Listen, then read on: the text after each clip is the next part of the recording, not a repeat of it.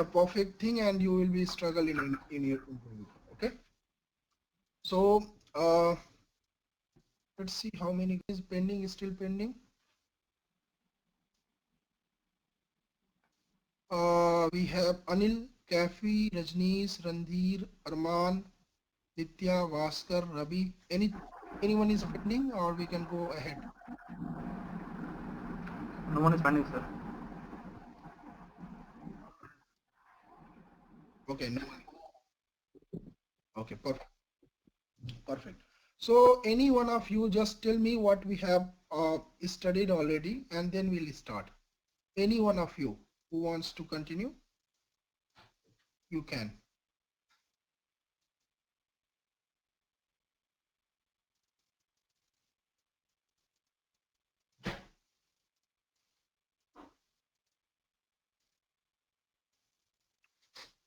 हम लोग अभी तक जितना भी पढ़े हैं, कोई एक आदमी उसको समराइज करे, कोई भी एक बंदा.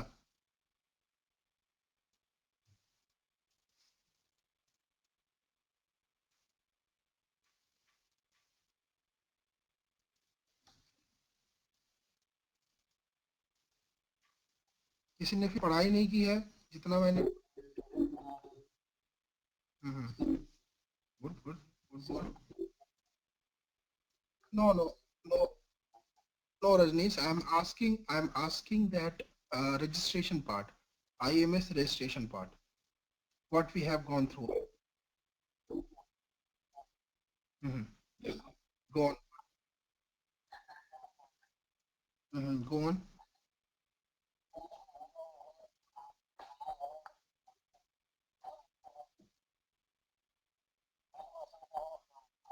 Mhm. Mhm.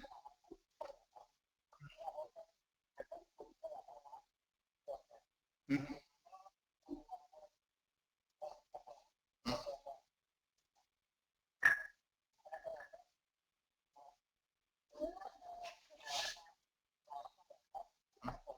Mhm.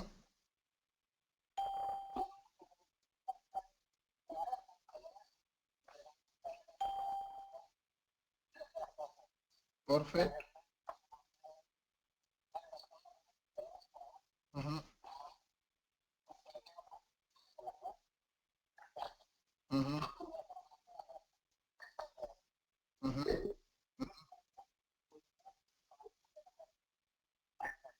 Perfect.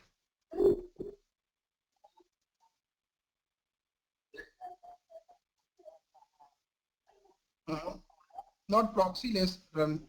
It's stateless, not a proxyless.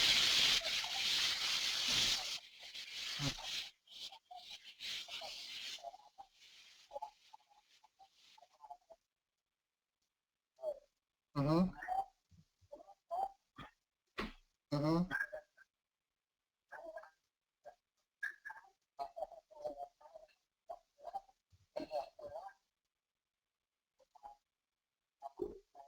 Mhm. Mhm.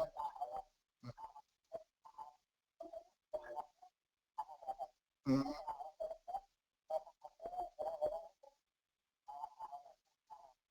Mhm. Mhm. Perfect.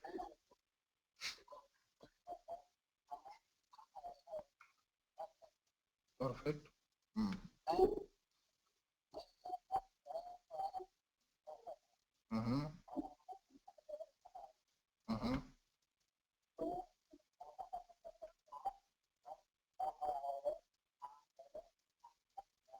Mhm. Mhm.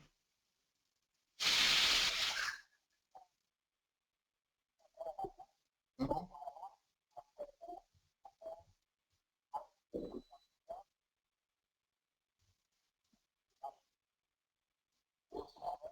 Mhm. Rand, Rand authentication, Mhm. token name. Mhm.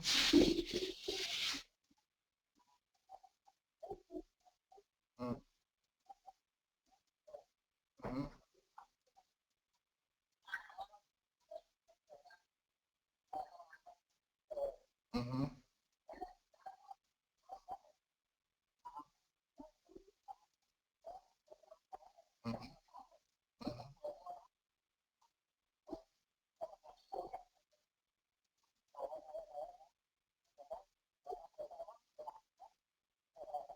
Perfect.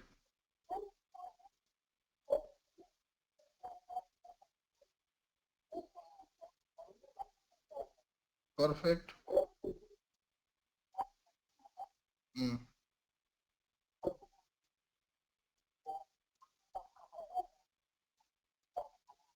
Mm-hmm. Mm-hmm.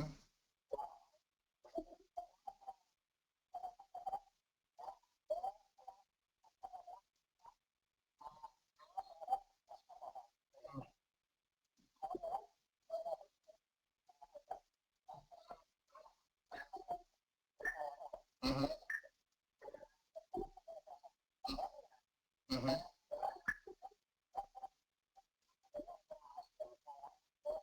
Mm-hmm.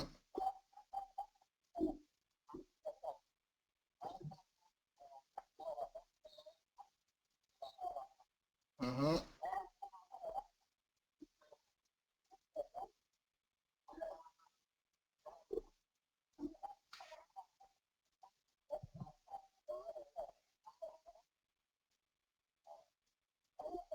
Mm-hmm.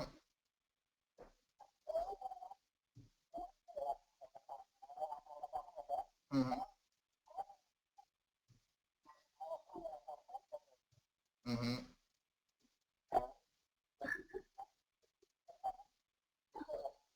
Okay.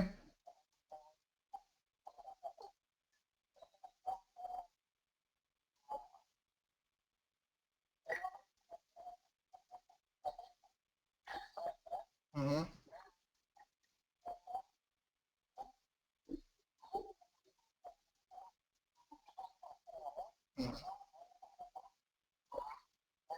Mm-hmm.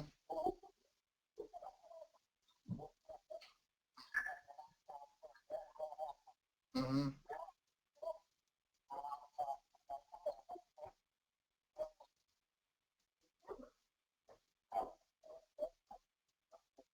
Mm-hmm.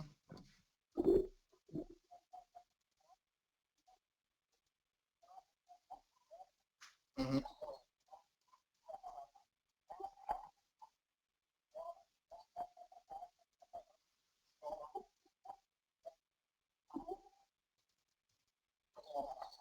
Server authorization. Okay. Okay. Go on. Go on. Mm-hmm.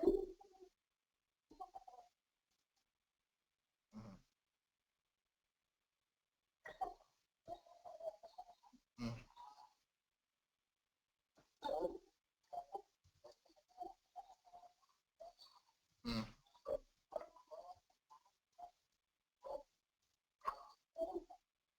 Mm-hmm.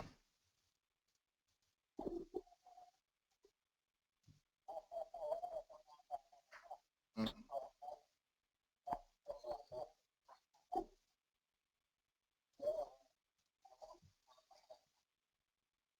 Okay.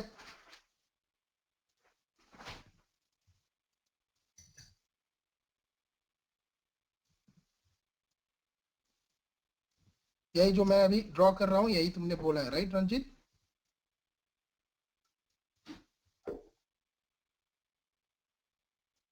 अच्छा बोला है, थोड़ा और English को improve करो, है ना?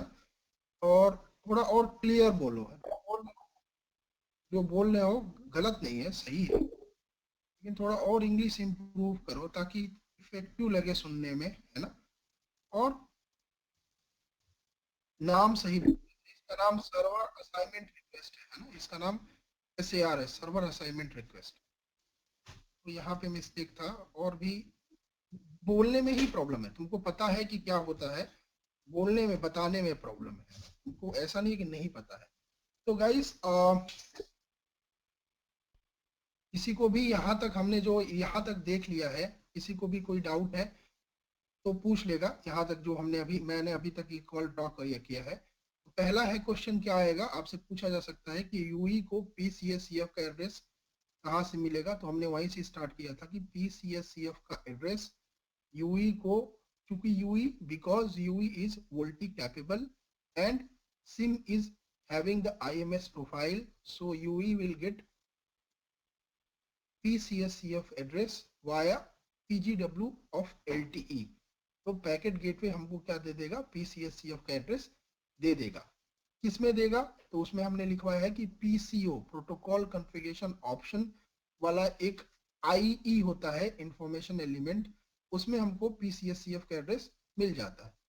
तो जैसे ही यूई को PCSCF का एड्रेस मिल जाता है, यूई वोल्टी के रजिस्ट्रेशन पार्ट के लिए बढ़ जाता है और वहां पे भेज देता है रजिस्टर मैसेज। लेकिन इस समय जब यूई रजिस्टर मैसेज भेजता है तो इसका नॉन्स क्या होता है, एम्प्टी होता है। अब ट्रेस को भी देख लेते हैं एक एक करके, ताकि और इसके बाद हम लोग फिर आगे बढ़ेंगे थर्ड पार्टी रजिस्ट्रेशन की। ओके, तो एक एक करके देखते जाएंगे, तो इससे क्या होगा, आपको अंडरस्टैंडिंग भी बिल्डअप होता रहेगा।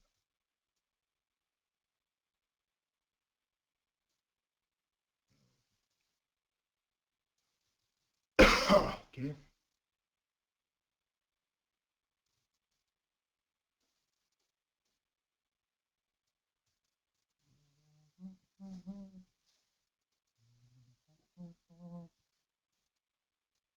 टूट गया क्या? ओके, ये टूट गया है। पैकेट सेव करते समय ये ब्रेक हो गया।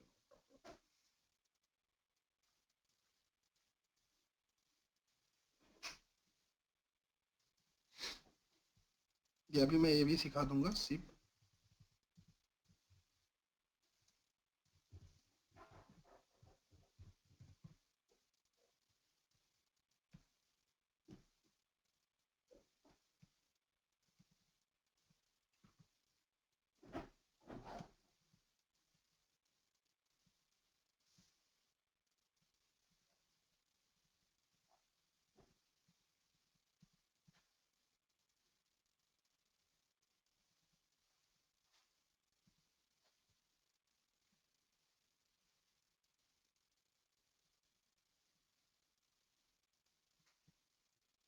देखो दोस्तों, यहाँ पे तो हमारा वाया जो जो मैंडेटरी हेडर है वो रहेगा ही रहेगा, via, to, from, call ID, C sequence, और सी सीक्वेंस में जो मेथड जाता है उसको लिख देते हैं। तो सी सीक्वेंस वन रजिस्टर यहाँ पे लिखा है। अब यहाँ पे देखेंगे ऑथराइजेशन में, ऑथराइजेशन को ओपन करेंगे और यहाँ पे देखेंगे हमारा क्या है इसका मतलब। यहाँ पे देखिए नॉन्स क्या लिखा है, नॉन्स अभी खाली है, मतलब कि हमारे पास कोई की हमारे पास नहीं है। तो पहले बार का जो रजिस्टर जा रहा है यहाँ पे, जो हमने लिखा था क्या, कि ये वाला जो रजिस्टर जाएगा इसमें क्या जाएगा, नॉन्स, नॉन्स की वैल्यू क्या जाएगी, एम्प्टी जाएगी। तो ये आपको बोलना पड़ेगा इंटरव्यू में, है ना, कि पहले बार का जो रजिस्ट्रेशन जाता है वहां पे नॉन्स वैल्यू क्या होता है, एम्प्टी होता है। और कहाँ पे, किस हेडर में होता है, ऑथराइजेशन हेडर में होता है। तो ये अगर आपसे पूछा जाए कि कौन से हेडर में नॉन्स होता है, तो नॉन्स हमारा ऑथराइजेशन हेडर में होता है। ऑथराइजेशन हेडर, ऑथराइजेशन हेडर में हमारा क्या होता है, नॉन्स होता है। देखिए यहाँ पे ऑथेंटिकेशन स्कीम हमारा क्या यूज करेंगे, डाइजेस्ट, यूजर नेम उसका इमजी जा रहा है, IMSI नंबर जा रहा है, रियलम IMS, रियलम मतलब अभी हम लोग डायमीटर का क्लास ऑलरेडी देख चुके हैं। तो रियलम क्या होता है, डोमेन नेम होता है। तो जिस डोमेन नेम में हम लोग कॉल करते हैं उसको रियलम बोलते हैं। तो यहाँ पे हम लोग कॉल कर रहे हैं IMS में, तो IMS डॉट उसका MCC और उसका MNC और 3GPP network डॉट ORG ऐसे ही बनाते हैं। तो ये दूसरे कंट्री का है, आपका कंट्री का रहेगा, जैसे जियो का, एयरटेल का MNC MCC यहाँ पे रहेगा, और IMS डॉट MNC, फिर उसके बाद जियो का MNC, फिर उसका MCC, और यहाँ पे 3GPP network डॉट ORG ऐसे रियलम रहता है। ऑथेंटिकेशन URI, URI आपको सबको पता ही है कि URI क्या होता है। और यहाँ पे हमारा एल्गोरिथम, ये आपसे पूछ सकता है कि मतलब हमारा IMS में कौन सा एल्गोरिदम यूज होता है, सिक्योरिटी एल्गोरिदम कौन सा यूज होता है और कहाँ पे लिखा रहता है। तो ऑथराइजेशन हेडर में एल्गोरिदम होता है, लिख लो AKAV1MD5। ये क्वेश्चन पूछा जा सकता है तो सभी लोग लिख लेंगे, एल्गोरिथम इज AKAV1-MD5, सभी लोग इसको लिखेंगे AKAV1MD5। तो यहाँ पे मैंने आपके क्वेश्चन का, यहाँ इस क्वेश्चन का आंसर यहाँ पे हमारा नॉन्स एम्प्टी रहेगा। अगर कोई पूछ ले कि नॉन्स किस हेडर में होता है, तो ऑथराइजेशन हेडर में होता है। और वहां पे हमारा सिक्योरिटी एल्गोरिथम क्या यूज होता है, AKA ऑथेंटिकेशन की एग्रीमेंट V1 वर्जन 1 MD5 जैसे हमारे पास की जनरेशन के लिए अलग अलग यूज होते हैं, तो उसमें MD5 एक है। ओके, तो AKA-V1 MD5 ये हमारा क्या है, एल्गोरिथम है जो हम लोग IMS में यूज करते हैं। सभी लोग लिख लिए? ओके, आगे का देखते हैं।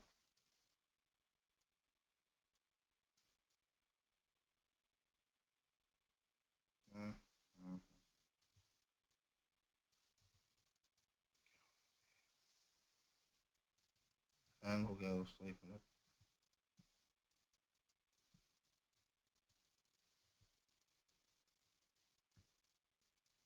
ओके, हम लोग देख रहे हैं कहाँ पे ये सिक्योरिटी क्लाइंट पोर्ट देख लेते हैं, जहां पे मैंने लिखवाया था कि पहले बार में पोर्ट रहता नहीं है प्रोटेक्टेड, तो उसको भी देख लेते हैं।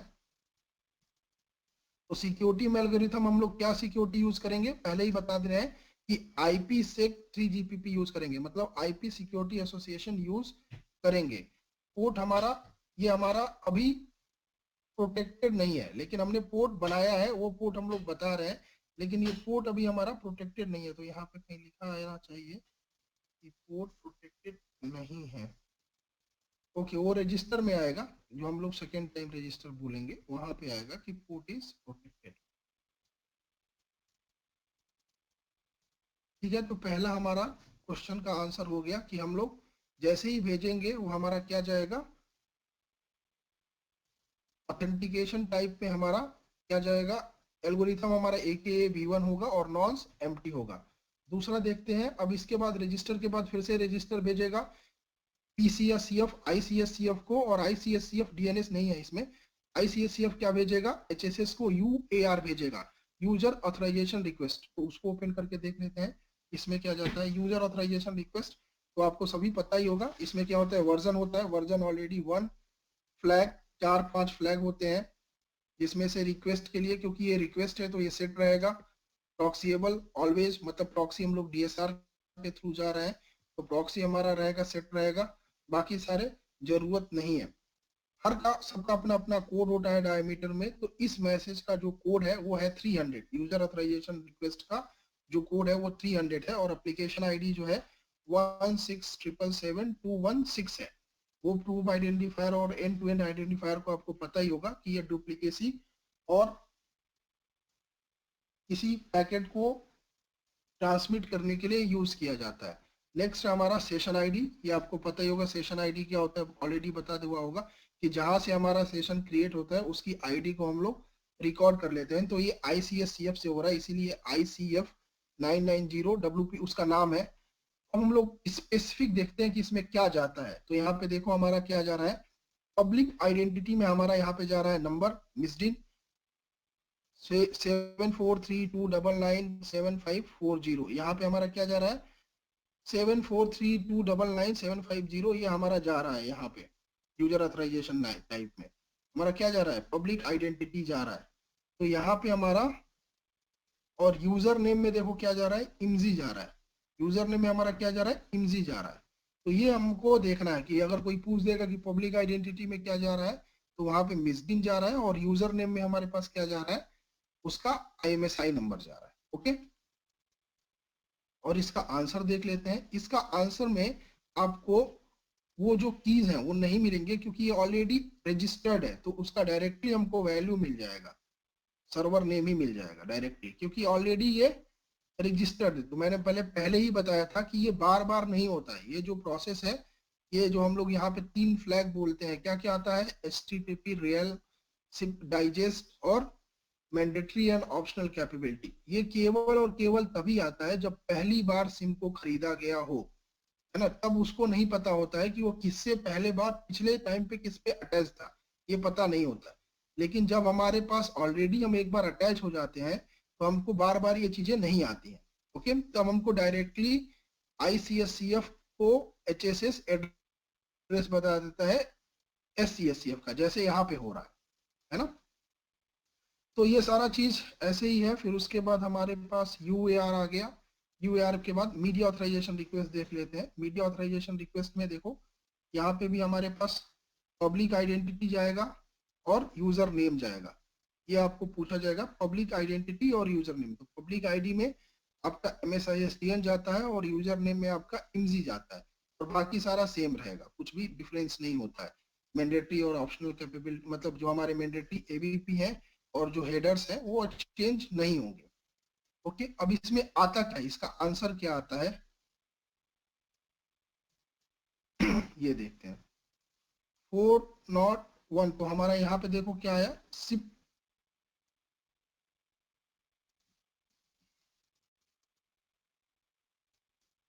देखो यहाँ पे हमारे पास क्या आया है, ये आया देखो,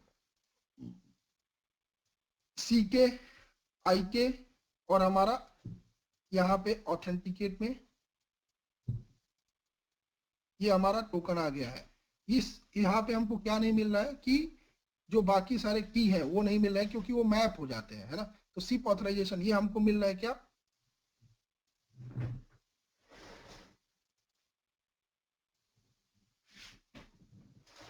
ये हमारा रैंड है, CKIK है, और XRES ऑलरेडी सेव्ड हो जाएगा, तो वो हमको दिखाई नहीं दे रहा है यहाँ पे। ओके,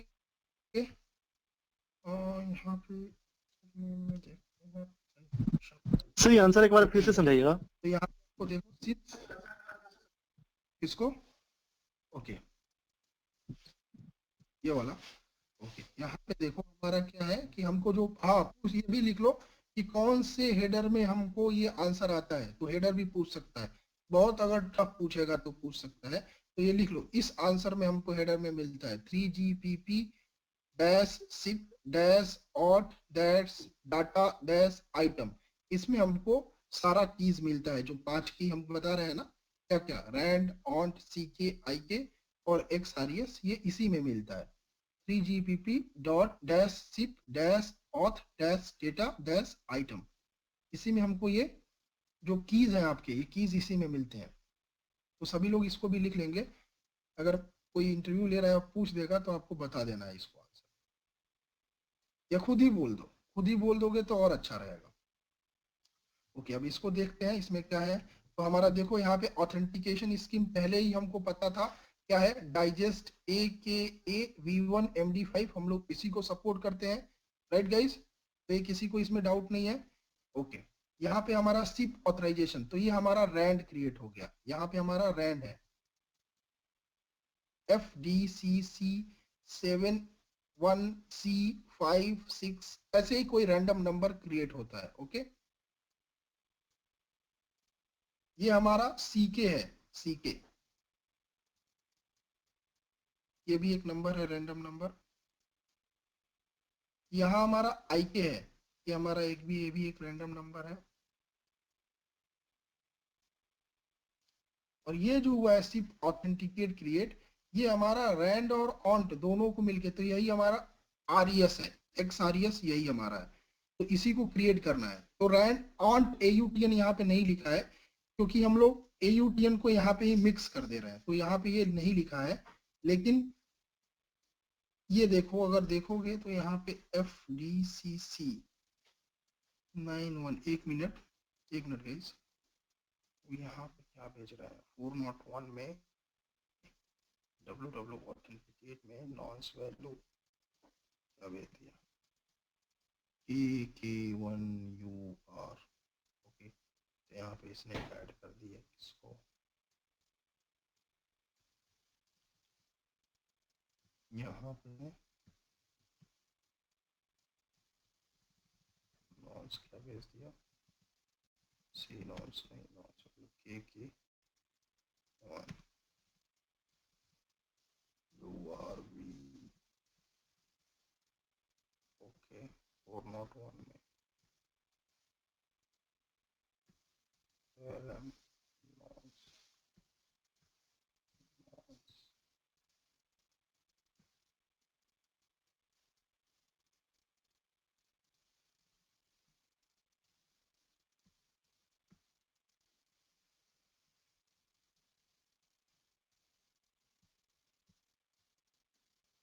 वीडियो ऑथराइजेशन आंसर है, एक मिनट गाइस, यहाँ पे मिल रहा है। और यहाँ पे आता नॉन्स। ये देखो ये खराब हो गया है, मतलब कि ये हमारा ये सही से सेव नहीं हुआ, इसीलिए यहाँ पे नहीं आ रहा है। 1 मिनट दूसरा ओपन करता हूँ, ये ब्लैक हो गया।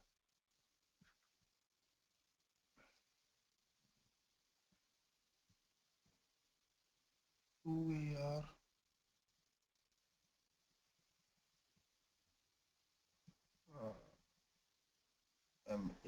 ये भी ब्लैक है, ये भी नहीं आएगा, इसमें भी नहीं आएगा, इसमें भी वही यहाँ पे यहाँ पे ऑथेंटिकेट ऑथेंटिकेट में जीरो है।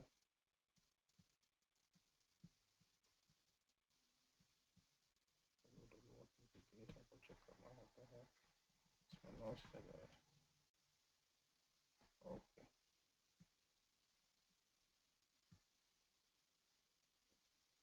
ओके, प्रॉब्लम वही हो रहा है, एक्सारियस यहाँ पे हमको दिखाई नहीं दे रहा है। ओके सही है, कोई प्रॉब्लम नहीं है, इसी से समझा देता हूँ तुमको। Anyway we know the concept. Okay guys, यहाँ पे हम लोग एक्सारियस हम लोग नहीं देख पा रहे हैं, जो हमारा नॉन्स एक्चुअली क्रिएट होना चाहिए। तो हम लोग अभी इसको देखते हैं। क्या है हमारे पास? 1 2 3 4 ही हमको की दिखाई दे रहा है, एक्सारियस नहीं दिखाई दे रहा है। मतलब हमारा जो नॉन्स है वो क्रिएट होके नहीं दिखाई दे रहा है। ये दोनों से ही मिलके बनता है नॉन्स, इससे और इससे, इन दोनों से मिलके नॉन्स बनेगा। तो ये हमारा क्या है? रैंडम नंबर है, सिप ऑथराइजेशन वाला। ये सी के है, ये आई के है, और ये हमारा AUTN है। और इन दोनों को मिला के हम लोग क्या बनाएंगे? इसको और इसको मिला के क्या बना देंगे? रैंड और नॉन्स बना देंगे, हमारा XRES बना देंगे। तो ये XRES यहाँ पे दिखाई नहीं दे रहा है, ये क्योंकि ये ABP अनोन आ चुका है, तो इसकी वजह से ये नहीं दिखाई दे रहा है। लेकिन इन्हीं दोनों को मिला के बनाएंगे। तो यहाँ पे हमारे पास क्या आएगा? ऑथेंटिकेशन स्कीम, सिप ऑथराइजेशन मतलब ये रैंड नंबर है, सी के मतलब कॉन्फिडेंशियलिटी की, वो ऑलरेडी हम लोग देखे हैं, इंटीग्रिटी की, और सिप ऑथेंटिकेट, ऑथेंटिकेट मतलब AUTN है। तो रैंडम इज ऑथराइजेशन, यहाँ पे ऑथराइजेशन नंबर होगा, और ये हमारा सिप ऑथेंटिकेट होगा। ओके, तो यहाँ पे हमारा 401 जा रहा है। देखो 401 में मैंने क्या बताया था कि 401 जो जाएगा उसमें हमारा www ऑथेंटिकेट हेडर में, www ऑथेंटिकेट हेडर में हमको क्या मिल जाना चाहिए? रैंड और ऑन्ट मिल जाना चाहिए। तो देखो रैंड और ऑन्ट को ही मिला के नॉन्स बनता है। नॉन्स किससे बनता है? रैंड और ऑन्ट से मिला के बनता है। तो ये हम लोग रैंड और ऑन्ट की जगह पे नॉन्स ही भेज दे रहे हैं डायरेक्ट। तो नॉन्स वैल्यू डायरेक्टली किसको भेज दे रहे हैं? ICSCF को 401 में। तो यहाँ पे देखो, अगर देखोगे तो ICSCF किसको भेज रहा है? SBC को भेज रहा है ना। और उसके बाद हमारा क्या हो रहा है? यहाँ पे देखो CKI के जा ही रहा है, CKI के जा ही रहा है। यहाँ पे साइफरिंग की और इंटीग्रिटी की ऑलरेडी जा रहा है, और एल्गोरिदम भी वही AKA V1 रियलम भी हमारा डोमेन नेम सेम है। यही फिर से फॉरवर्ड कर दिया जाएगा UI को, और UI को जब फॉरवर्ड किया जाएगा तो CKI के अपने पास सेव कर लिया जाएगा। तो CKI के देखो इसमें नहीं है, www ऑथेंटिकेट हेडर में नहीं है ना, यहाँ पे नहीं है। और हमारा क्या हो जाएगा? केवल और केवल नॉन्स वैल्यू है, मतलब रैंड और ऑन्ट को दे दिया जाएगा। अब ये देखो, जब हमारा UI भेज रहा है SBC को, वो वाला चला गया है UI से जो SBC को आ रहा है। लेकिन अब क्या आ रहा है हमारे पास?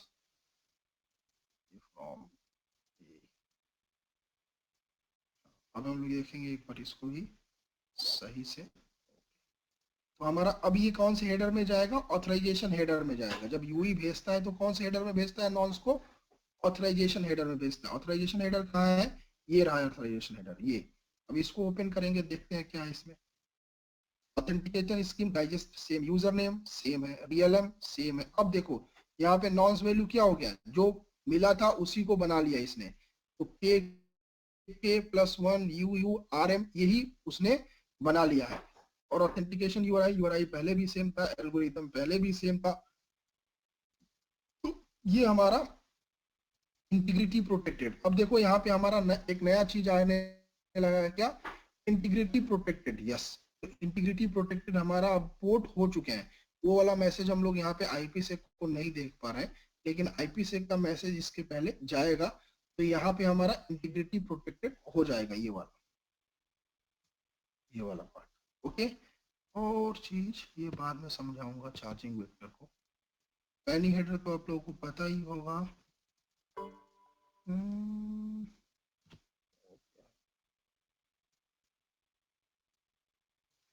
ओके, तो हम लोग यहाँ तक आ चुके हैं दोस्तों, कहाँ तक, यहाँ तक रजिस्टर तक। अब SAR देखना है। SAR के लिए उसको भी दिखा देता हूँ, SAR में क्या आता है, उसके बाद फिर आगे बढ़ेंगे।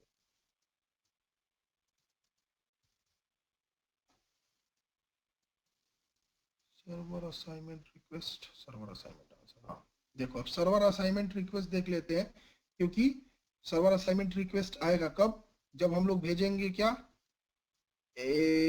हमारा दूसरा टाइम जब रजिस्ट्रेशन होगा। तो यहाँ पे हमारा देखो, सर्वर असाइनमेंट रिक्वेस्ट में क्या क्या जाता है। User name same, user name में इमजी जाएगा। पब्लिक आइडेंटिटी में, पब्लिक आइडेंटिटी मतलब अब यहाँ पे देखो, पब्लिक आइडेंटिटी में भी IMSI ही जा रहा है, ना कि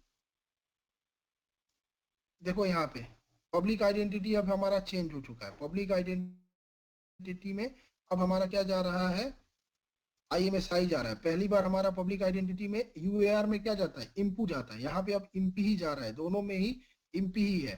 तो पब्लिक आइडेंटिटी अब क्योंकि IMSI ही जा रही है यहाँ पे। और server assignment type multiple registration के लिए भेज रहा है। SCSCF रजिस्ट्रेशन, ये सारा इंफॉर्मेशन है इसमें। अब इसका आंसर देखते हैं, आंसर में क्या भेजेगा। तो देखो, अब इसका आंसर जब हम लोग देखेंगे तो ये वाला पार्ट में हमारा आता है CX यूजर डेटा। इसी में हमारा जो मैंने बताया था क्या, ट्रिगर्स, जो ट्रिगर्स होते हैं ये इसी में आते हैं, CX user data. CX user data को खोलेंगे तो यहाँ पे देखो लिखा है क्या, XML मिलता है। मैंने क्या बताया था कि XML मिलेगा। उस XML को हम लोग ओपन करेंगे, यही XML है। इस XML को ओपन करेंगे तो पूरा लिस्ट मिलेगा। देखो XML कैसे लिखा है, वर्जन 1, इनकोडिंग क्या है, UTF-8। और खोलते जाएंगे इसको। अब IMS सब्सक्रिप्शन को ओपन करेंगे, क्या क्या IMS सब्सक्रिप्शन हैं हमारे पास। तो देखो यहाँ पे क्या लिखा है, प्राइवेट ID, मतलब इस नंबर का IMSI नंबर। अब हमारे यहाँ पे क्या है, सर्विस प्रोफाइल। सर्विस प्रोफाइल को ओपन करते जाएंगे तो यहाँ पे हमारा क्या है, देखो पब्लिक आइडेंटिटी, बारिंग, कोई बारिंग लगा है कि नहीं लगा है, नहीं लगा है। आइडेंटिटी, यहाँ पे हमारा पब्लिक आइडेंटिटी क्या है, पब्लिक आइडेंटिटी हमारा टेलीफोन नंबर होता है। ओके, प्राइवेट आइडेंटिटी हमारा, अब देखो ये वाला तुमको पूछेगा कि शेयर्ड IFC कहाँ पे होता है। तो शेयर्ड IFC मैंने बताया था, इनिशियल फिल्टर क्राइटेरिया। इसको मैं एक बार और समझा दूंगा क्योंकि ये पूछते हैं आपसे। तो देखो शेयर्ड IFC में क्या है, नंबर लिखा है, शेयर्ड IFC सेट ID, यहाँ पे नंबर लिखा है 7711। यहाँ पे देखो 1111 लिखा है, ये ट्रिगर है 531। अभी इसको मैं समझा दूंगा, बस एक बार देख लो, उसके बाद और इसको समझा।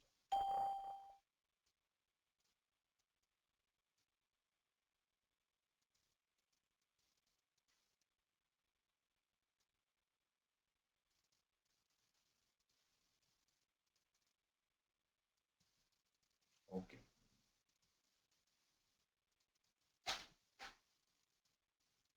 क्योंकि यहाँ पे बहुत सारे लोग फंस जाते हैं इसको बताने में।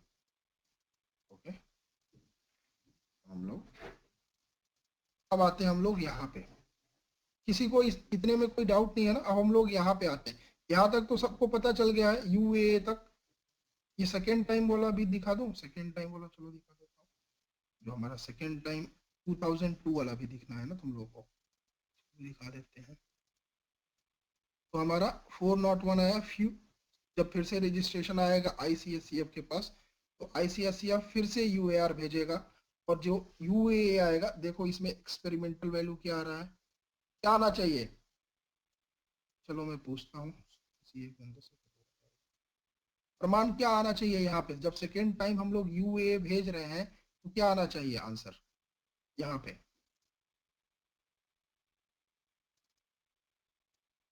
अरमान,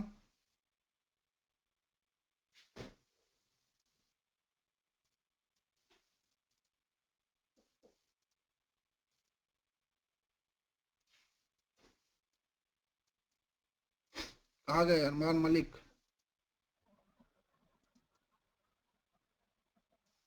आवाज आ रही है सबको मेरी?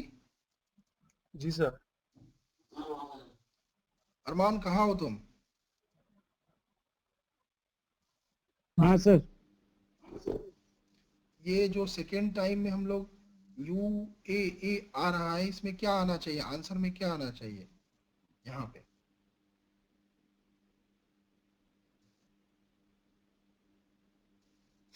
सेकंड टाइम का नहीं पता सर। सेकेंड टाइम का नहीं पता? क्यों नहीं बताया था मैंने? बताया तो सर। ओके, नित्य आप बताओ दोस्त, क्या आना चाहिए यूए में सेकेंड टाइम में?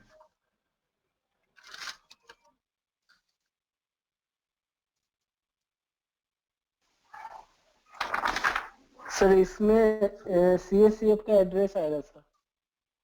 और इम्पोर्टेंट पार्ट क्या है इसमें?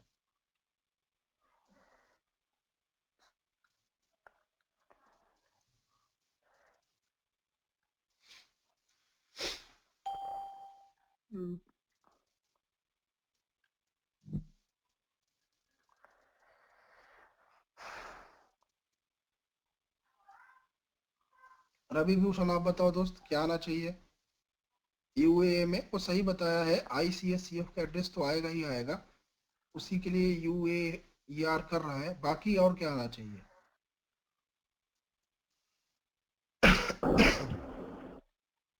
इसमें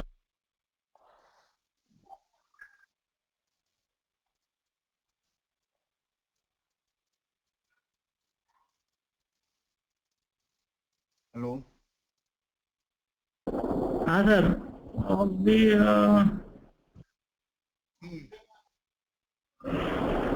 सर रिकॉल नहीं हो पा रहा है सर, क्या आना चाहिए सर देखना पड़ेगा। डायमेंशन का सब क्वेस्ट आएगा सर, और रजिस्ट्रेशन ओके, रजिस्टर क्या आएगा सर? 2002 आएगा। इसमें डायमीटर सब क्वेस्ट भी आएगा सर। हम्म, ऐसे SCSCF का एड्रेस आएगा, देखो ये डायमीटर सब सब। सही है, सही बात है, सही है। देखो दोस्तों, यहाँ पे दो ही लोग सही से पढ़ रहे हैं, भास्कर और रणधीर, यही लोग बता पा रहे हैं। आप लोग क्या कर रहे हो? मतलब ये लोग रेडी हैं, जा सकते हैं IMS का इंटरव्यू के लिए। बाकी लोग जो नहीं बता रहे हैं, ऐसे ही पूछा जाएगा इंटरव्यू में, कुछ भी पूछ सकते हैं आपसे। तो एक एक चीज को जो बताया जा रहा है याद रखो। तो अभी बहुत टाइम है, लेकिन मौके कम मिलते हैं। मतलब अभी जो मिल रहा है उसको ले लो। तो यहाँ पे देखो, हम लोग क्या देखने जा रहे थे, UAE को देखने जा रहे थे। UA सेकेंड टाइम जा रहा है, तो सेकेंड टाइम को देखते हैं। हमारा क्या आएगा? पहला जो सबसे बड़ा चीज है, हमको क्या मिलना चाहिए? सर्वर का नाम मिल जाना चाहिए। तो सर्वर नेम हमको मिल जाना चाहिए, तो वो हमको मिल जाएगा सर्वर का name.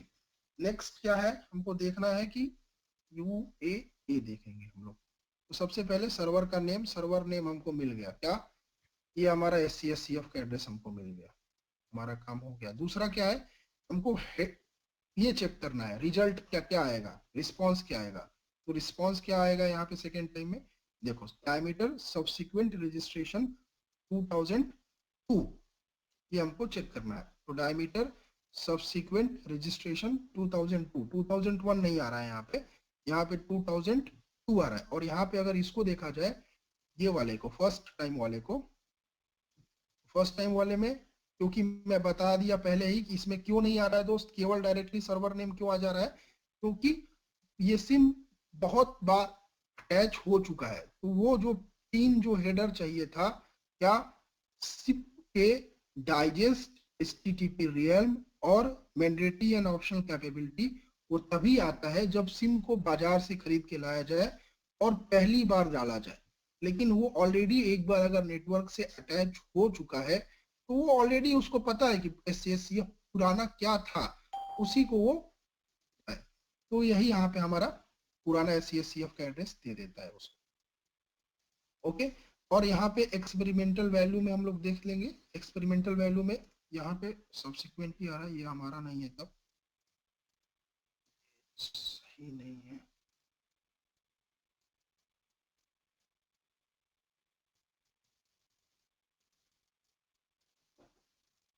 User authorization answer, okay.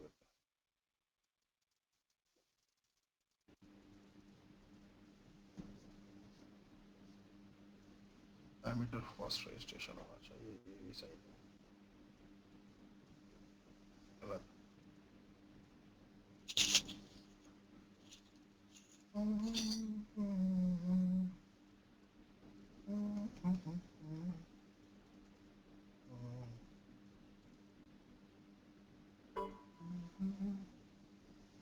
नहीं यार, यार कमा लेता।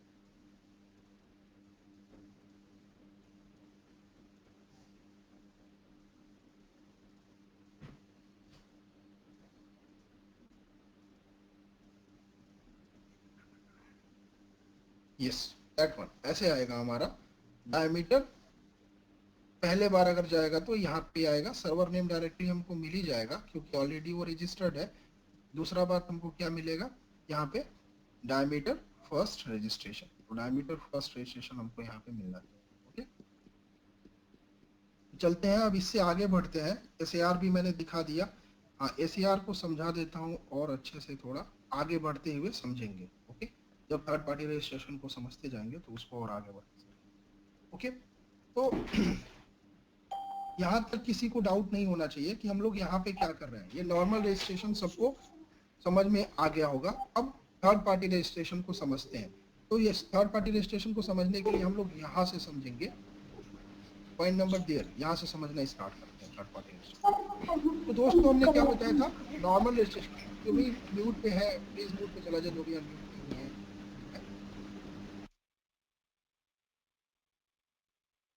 ओके, तो हमने क्या देखा था कि नॉर्मल रजिस्ट्रेशन में यूई अपना ही एड्रेस जो अपने को रजिस्टर करने जा रहा है, किसके पास, SCSCF के पास। और SCSCF क्या है, रजिस्ट्रार है। तो SCSCF क्या करता है, रजिस्टर करता है किसको, यूई को। अब कौन कर रहा है रजिस्टर, अपने को। कौन कर रहा है, यूई कर रहा है। तो वहां पे टू और फ्रॉम क्या है, सेम मैंने बताया था, उसको हमने क्या बोला था, नॉर्मल रजिस्ट्रेशन। लेकिन SCSCF सारे सर्विसेज IMS में नहीं देता है। IMS में जितनी भी सर्विसेज हैं वो सारे एप्लीकेशन सर्वर्स देते हैं। कौन देता है, अब एप्लीकेशन सर्वर। वो जितने भी एप्लीकेशन सर्वर होते हैं वो, मतलब चाहे तो आप ऑपरेटर चाहे तो 5 लगाए 6 लगाए, वो उसके सर्विस के हिसाब से है। तो कॉल देने के लिए जो एप्लीकेशन सर्वर यूज होता है उसको क्या बोलते हैं, टेलीफोनी एप्लीकेशन सर्वर। ये क्या करता है, ये आपके कॉल को, सप्लीमेंट्री कॉल को हैंडल करता है। आपका नॉर्मल कॉल है ये भी हैंडल इसी से होगा। एक्चुअली इसमें कोई नॉर्मल कॉल में कोई वो नहीं, कुछ चेंज नहीं करता है, लेकिन हाँ मैं अभी बताऊंगा कि क्यों जरूरी है एमटास्क। दूसरा, अगर मैसेज हमको भेजना है तो उसके लिए एक नया एप्लीकेशन सर्वर को यूज करेंगे। उस एप्लीकेशन सर्वर को हम लोग क्या बोलते हैं, IPSM गेटवे।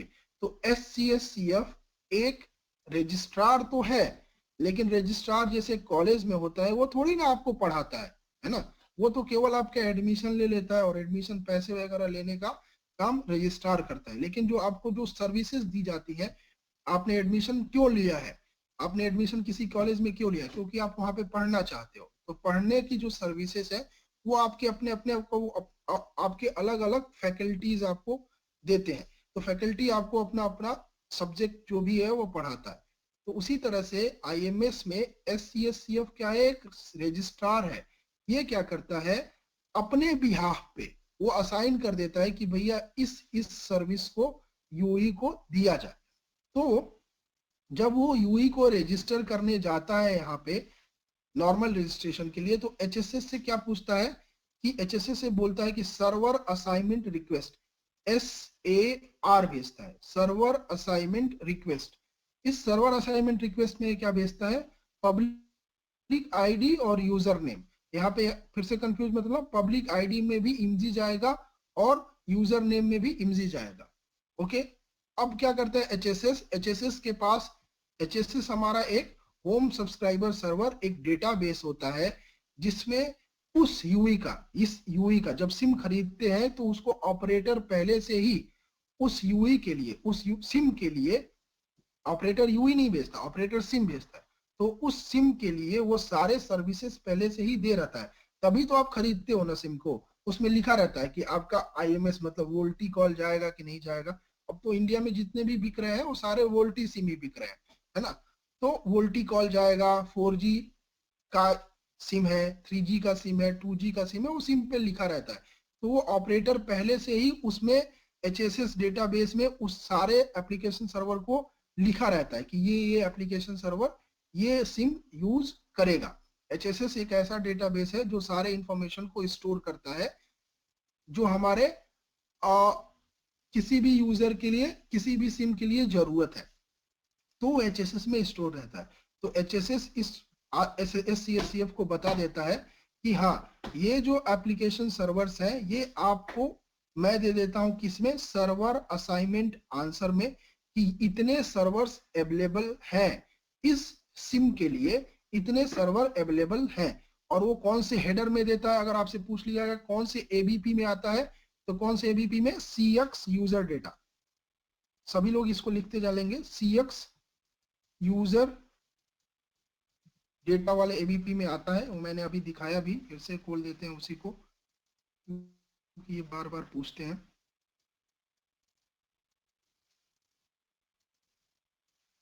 तो कौन से एबीपी में आता है, जो हमारा SAR का रिस्पॉन्स है, जो SAA सर्वर असाइनमेंट आंसर, ये सर्वर असाइनमेंट आंसर यहाँ पे देखो लिखा हुआ है, सर्वर असाइनमेंट आंसर जो आता है उसका आंसर का कौन से में आता है, कौन से स्पेसिफिक एबीपी में हमको मैसेज देखना है, CX यूजर डेटा वाले एबीपी में हमको खोलना है। एबीपी मतलब एट्रीब्यूट वैल्यू पेयर, इनमें जितने भी डायमीटर में जितनी भी इंफॉर्मेशन एक्सचेंज होती है वो एबीपी में होती है। ऑलरेडी हम लोग डायमीटर का क्लास देख चुके हैं, तो उसमें समझ में आ गया होगा कि एबीपी जो होती है वो सारे के सारे, जैसे हमारे जितने भी इंफॉर्मेशन, जैसे सिप में क्या है, हेडर है, मैसेज बॉडी है, तो मैसेज बॉडी में इंफॉर्मेशन हमारे एक्सचेंज होते हैं, तो इसी तरह से एबीपी में हमारे इंफॉर्मेशन एक्सचेंज होते हैं। तो यहाँ पे देखो एबीपी हमारा CX यूजर डेटा खोला। अब यहाँ से आपको नेक्स्ट क्वेश्चन पूछेगा कि CX यूजर डेटा में, ये जो हमारा CX यूजर डेटा है इसमें क्या होता है, तो इसमें हमारे पास क्या होता है, एक XML होता है, एक्सटेंसिबल मार्कअप लैंग्वेज। तो यहाँ पे हमारे पास क्या होता है, CX यूजर डेटा वाले फुल मतलब एबीपी में हमारे पास क्या होता है, XML होता है, एक्सटेंसिबल मार्कअप लैंग्वेज। यहाँ पे देखते हैं फिर से, ये एक्सटेंसिबल मार्कअप लैंग्वेज, ये याद रखना है या बार बार पूछेगा। जितने भी लोग CSCF का डिप्लॉयमेंट या टास्क का डिप्लॉयमेंट या MRF का डिप्लॉयमेंट डालेंगे, ये क्वेश्चन उनसे पूछेगा। ओके, ये 100% पूछेगा, रजिस्ट्रेशन में ये क्वेश्चन इंपॉर्टेंट है। एक्सटेंसिबल मार्कअप लैंग्वेज, इस XML में क्या होता है, तो XML में क्या होता है पूछेगा क्वेश्चन कि XML में क्या क्या चीजें होती हैं। तो देखो XML में लिखा रहेगा, इसको ओपन किया मैंने XML को, XML में लिखा है XML और IMS सब्सक्रिप्शन। तो इस XML में क्या लिखा रहता है,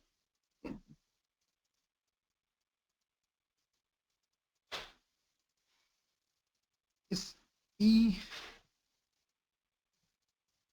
XML के अंदर क्या लिखा रहता है, छोटे में XML और IMS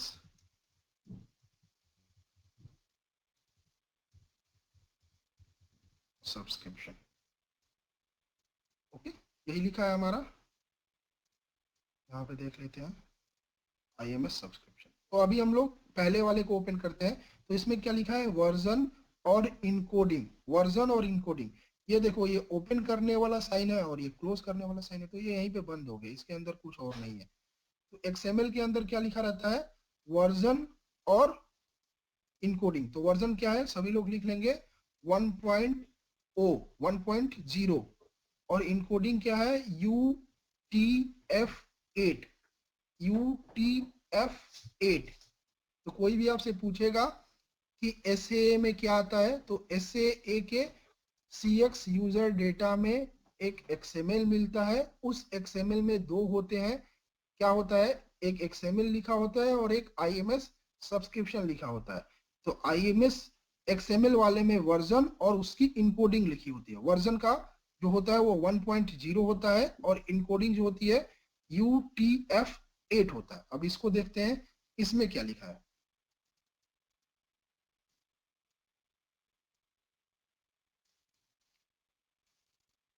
अब इसको देखते हैं इसमें क्या लिखा है। इसमें देखो क्या लिखा है, XMLNSXI।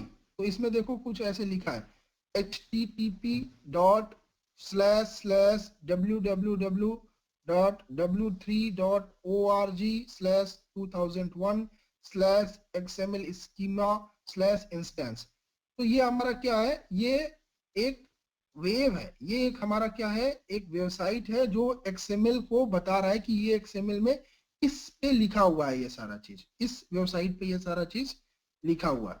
अब एक इसका XI क्या है कि इसमें हमारा कौन कौन सा पाथ कहाँ कहाँ पे यूज होगा, वो सारा चीज यहाँ पे लिखा हुआ है। तो देखते हैं, पहले ये चीज लिख लो, प्राइवेट आईडी, सर्विस प्रोफाइल और सर्विस प्रोफाइल, यही रहेगा यहाँ पे ये बंद हो जाएगा। तो ये सब लिख लेंगे सभी लोग, private ID, service profile, service profile लिख लो। IMS सब्सक्रिप्शन में क्या रहेगा, private ID, service profile, service profile लिख लो इसको। 4 भी सर्विस प्रोफाइल होता है, जितना भी सर्विस प्रोफाइल रहेगा उतना एप्लीकेशन सर्वर्स, उतना सर्विस प्रोफाइल। तो हम लोग दो एप्लीकेशन सर्वर को लेके चल रहे हैं, किसको, एक टेलीफोनी एप्लीकेशन सर्वर को और एक IPSM गेटवे को। तो हमको दो दिख रहा है। अगर कोई 4 एप्लीकेशन सर्वर को यूज कर रहा है तो 4 दिखाई देगा, 3 यूज कर रहा है तो 3 दिखाई देगा। ओके, तो प्राइवेट सेट को खोल देते हैं, प्राइवेट आईडी को। प्राइवेट आईडी मतलब IMSI, प्राइवेट आईडी में क्या रहेगा, IMSI रहेगा, IMSI रहेगा। बंद हो गया ये। प्राइवेट आईडी में क्या रहता है, IMSI। सभी लोग लिखते चलेंगे इसको। सर्विस प्रोफाइल, अब हमको क्या मिल रहा है, पहले वाला एप्लीकेशन सर्वर का एड्रेस मिल रहा है कि कौन सा पहला एप्लीकेशन सर्वर है। तो सर्विस प्रोफाइल में जाएंगे, पहला एप्लीकेशन सर्वर देखेंगे तो पब्लिक आइडेंटिटी बारिंग इंडिकेशन ये सारा बता रहा है। और पब्लिक आइडेंटिटी क्या है, एक इसको सारा को बंद कर देते हैं, दिखाते हैं आप लोगों को समझ में।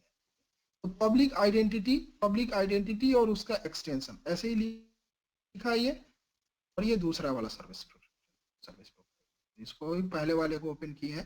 तो बारिंग, कोई बारिंग लगा है, नहीं है, बारिंग कोई नहीं है। आइडेंटिटी क्या है, पब्लिक आइडेंटिटी। यहाँ पे हम लोग पब्लिक आइडेंटिटी का मतलब मोबाइल नंबर होता है, मोबाइल नंबर है।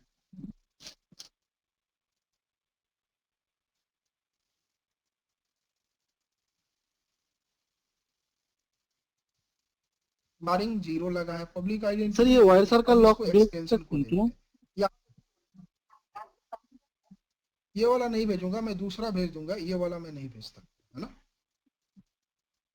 इसलिए ठीक मैं है बोल सर। रहा हूँ लिख लो, ये वाला मैं नहीं भेज सकता। ओके, इसको लिख लो। तो जितना मैं लिखवा रहा हूँ ना उसको उतना ही बताना है, ना एक अक्षर ज्यादा बताना है ना एक अक्षर कम बताना है, जितना मैं बोल रहा हूँ उतना लिखो। तो IMS सब्सक्रिप्शन में क्योंकि मैं सारा लिखवा ही रहा हूँ, मैं वो हम लोग धीरे धीरे ही चलेंगे, जल्दीबाजी नहीं, क्योंकि private ID, service profile, service profile सभी लोग लिखेंगे। ये 3 चीज XML के अंदर 2 चीज है, क्या है, XML का वर्जन है और XML में UTF-8 है इनकोडिंग में। अब हम लोग IMS सब्सक्रिप्शन वाले को खोल दिए हैं। IMS सब्सक्रिप्शन वाले में ये ऊपर वाला कोई जरूरत नहीं है, 3 लिखो, private ID, service profile, service profile. दो एप्लीकेशन सर्वर यूज कर रहे हैं इसीलिए यहाँ पे 2 सर्विस प्रोफाइल आ रहा है। 4 एप्लीकेशन सर्वर यूज करेंगे तो 4 आएगा, 3 यूज करेंगे तो 3 आएगा। ओके, प्राइवेट आईडी को हम खोल रहे हैं अभी। प्राइवेट आईडी में देखो क्या लिखा रहता है, IMSI नंबर। तो आगे लिख लेंगे प्राइवेट आईडी के IMSI नंबर रहेगा। अब सर्विस प्रोफाइल के अंदर आएंगे, सर्विस प्रोफाइल के अंदर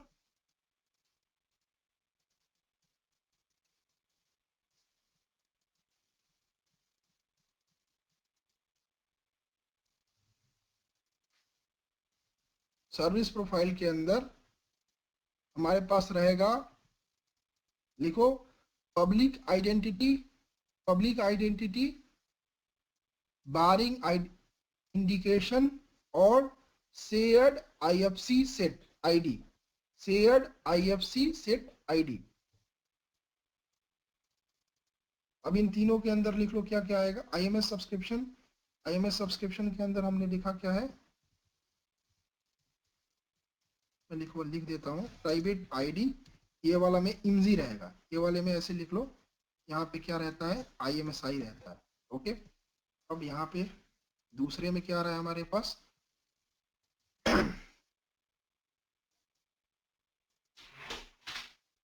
दिखा दे रहा हूँ, यहाँ पे प्राइवेट आईडी हो गया। अब सर्विस प्रोफाइल को यूज कर रहे हैं, सर्विस प्रोफाइल हमारे पास दो है, क्योंकि दो हम लोग यूज कर रहे हैं, तो सर्विस प्रोफाइल अब देखेंगे।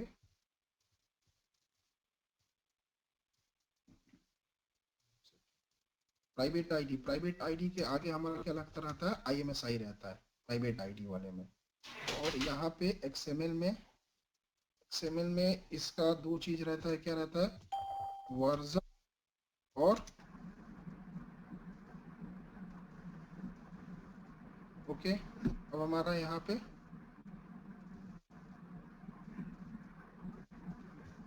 सर्विस प्रोफाइल में क्या क्या रहता है दोस्तों, तो सर्विस प्रोफाइल में हमारे पास रहता है पब्लिक आइडेंटिटी रहता है, ये सभी लोग लिखेंगे पब्लिक आइडेंटिटी। इसके बाद ये समझना बड़ा आसान है, थर्ड पार्टी अभी खत्म कर देंगे हम लोग 2 मिनट में, ज़्यादा से ज़्यादा 3-4 मिनट में खत्म हो जाएगा। पब्लिक ये समझना, इसीलिए मैं इसको, क्योंकि इंटरव्यू में ये पूछता है पब्लिक आइडेंटिटी, बारिंग इंडिकेशन,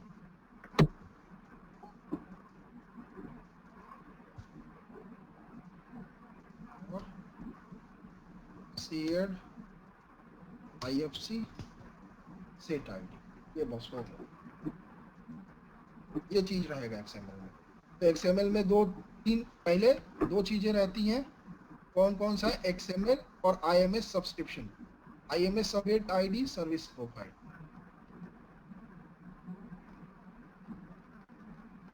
देखता हूँ ऐसे, ये हमारा XML, इस XML के अंदर ये दो चीजें, तो XML के अंदर क्या रहेगा, वर्जन और इनकोडिंग। IMS सब्सक्रिप्शन के अंदर ये दो चीजें, प्राइवेट आईडी और सर्विस प्रोफाइल। प्राइवेट आईडी में क्या रहता है, IMSI रहता है, और सर्विस प्रोफाइल में क्या रहता है, पब्लिक आइडेंटिटी, बारिंग आईडी इंडिकेशन और shared IFC set ID। Sir कितना भी अगर sir public sorry service profile अगर यूज करते हैं सारे में यही जाएगा क्या? क्या चीज, सर्विस प्रोफाइल हम जितना भी यूज करेंगे सब में यही जाएगा क्या? हाँ सब में यही जाएगा। ये सर्विस सेट, ये जो शेयर्ड IFC सेट ID है ना, ये चेंज होता जाएगा। ये नंबर है ना, देखो यहाँ पे नंबर है, सबका नंबर चेंज होता जाएगा। यहाँ पे देखो, अभी यहाँ पे हमारा 711 है, 111 है और 531 है। अब इसमें देखो, ये दूसरा वाला जो सर्विस प्रोफाइल है वो रैंडमली रहेगा सर, कुछ भी अपना बता देता हूँ अभी, उसको भी पहले ये लिख लो, उसके बाद उसको भी बता देंगे।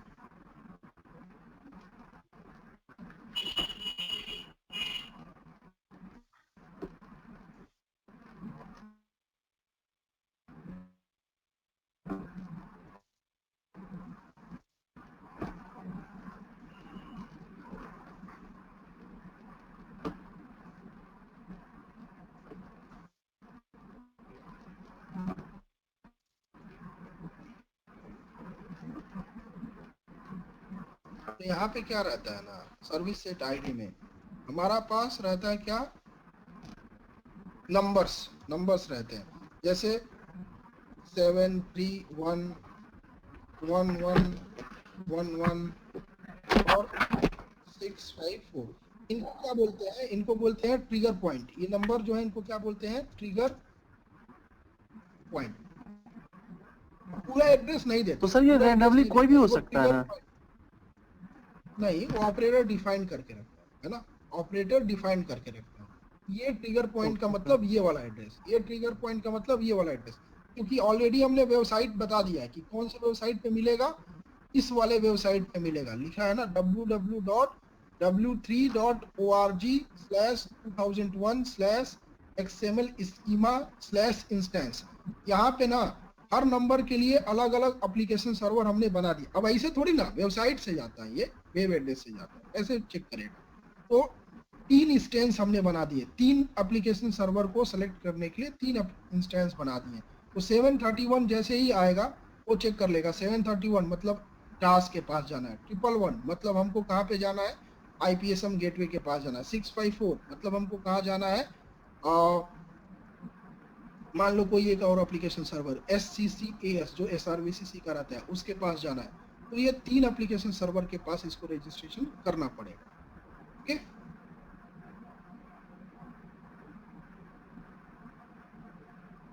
ये चीज है, ये अपना याद रखना है सभी लोगों को। अब हम लोग आगे बढ़ते हैं थर्ड पार्टी रजिस्ट्रेशन के बाद।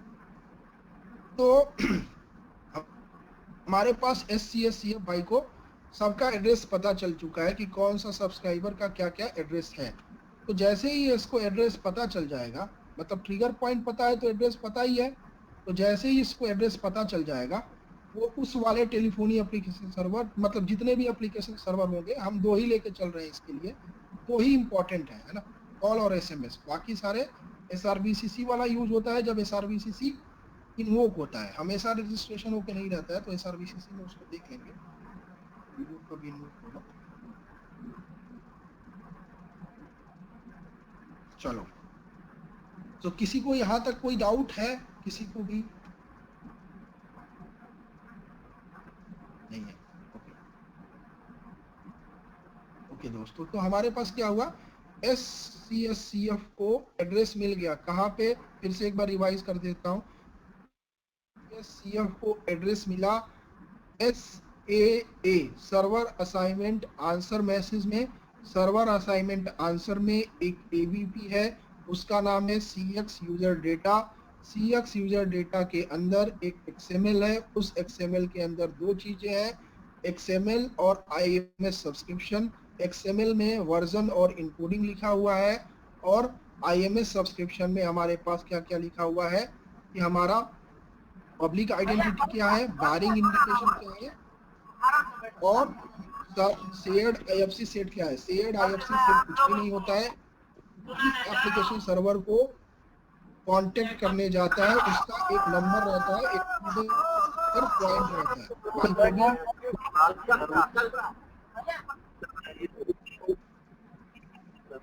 प्लीज दोस्त, ये जो भी है म्यूट पे चला जाए।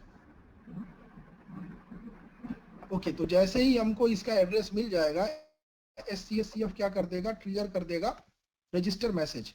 रजिस्टर मैसेज ट्रिगर कर देगा इसको, क्योंकि एड्रेस मिल चुका है तो क्या भेज देगा, रजिस्टर मैसेज भेज देगा। कौन, SCSCF। अब यहाँ पे थर्ड पार्टी इसको क्यों बोल रहा है, क्योंकि ये यूई को रजिस्टर कर रहा है। यूई खुद नहीं बोला है हमको रजिस्टर कर दो, यूई खुद नहीं बोला है इसको रजिस्टर करने को, ये यूई को रजिस्टर कर रहा है ना। तो इसीलिए हम लोग इसको क्या बोलते हैं, थर्ड पार्टी रजिस्ट्रेशन। राइट, समझ में आ रहा है। यूई नहीं बोला, यूई को पता नहीं है कि उसको, लेकिन उसको सर्विस कौन देता है, उसको सर्विस कौन दे रहा है, ये लोग दे रहे हैं। तो इसीलिए हम लोग क्या बोलते हैं इसको, थर्ड पार्टी रजिस्ट्रेशन। तो ये क्या बोल देगा, रजिस्टर भेज देगा इसको। एक मिनट गाइस।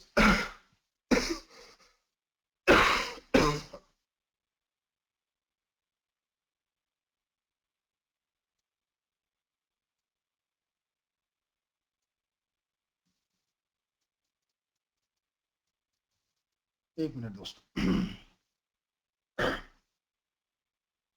ओके, तो हम लोग क्या भेजेंगे, रजिस्टर मैसेज भेज देंगे। अब मान लो SCSCF ने टास्क को रजिस्टर मैसेज भेज दिया। अब टास्क क्या करेगा, इसको रजिस्टर कर लेना चाहिए, है ना। लेकिन अब टास्क क्या बोलेगा ना HSS को, ए भाई ये देखो मेरे को एक आदमी रजिस्टर करने आया है, क्या ये सही आदमी है कि नहीं है ना। टास्क क्या, वो भी तो किसी को रजिस्टर नहीं कर देगा ना। मान लो कोई मुंह उठा के उसके पास चला गया कि मेरे को रजिस्टर कर दो, टास्क ऐसे नहीं रजिस्टर करेगा। वो HSS से पूछेगा, ए भाई ये सही आदमी है कि नहीं है, थोड़ा चेक करके बता दो। तो वो क्या भेजेगा, क्योंकि यहाँ पे भी मैंने क्या हम लोग देखे हैं कि HSS से जब भी बात होता है तो कौन से प्रोटोकॉल में होता है, डायमीटर में। तो यहाँ पे जब भी टास्क HSS से बात करेगा तो कौन से प्रोटोकॉल में बात करेगा, डायमीटर में। इंटरफेस यहाँ पे क्या है, SH इंटरफेस है, और एप्लीकेशन आईडी क्या है, 167772217, 217 लास्ट में याद रखना, 216 217 216 217. So 216 is for the CX और 217 is for the SH. तो यहाँ पे क्या बोलेगा टास्क बोलेगा HSS को, HSS थोड़ा इसको चेक कर लेना कि ये जो बंदा आया है ये क्या सही है कि नहीं है, कि ऐसे ही आ गया है मुंह उठा के। तो ये इसको भेज देगा क्या, यूजर डेटा रिक्वेस्ट। सभी लोग लिखेंगे इसको UDR, यूजर डेटा रिक्वेस्ट। इसको भी हम लोग ट्रेस में भी देख लेंगे, पहले इसको समझ लेते हैं। Okay, user data request. तो ये जैसे ही इसको यूजर डेटा रिक्वेस्ट भेजेगा,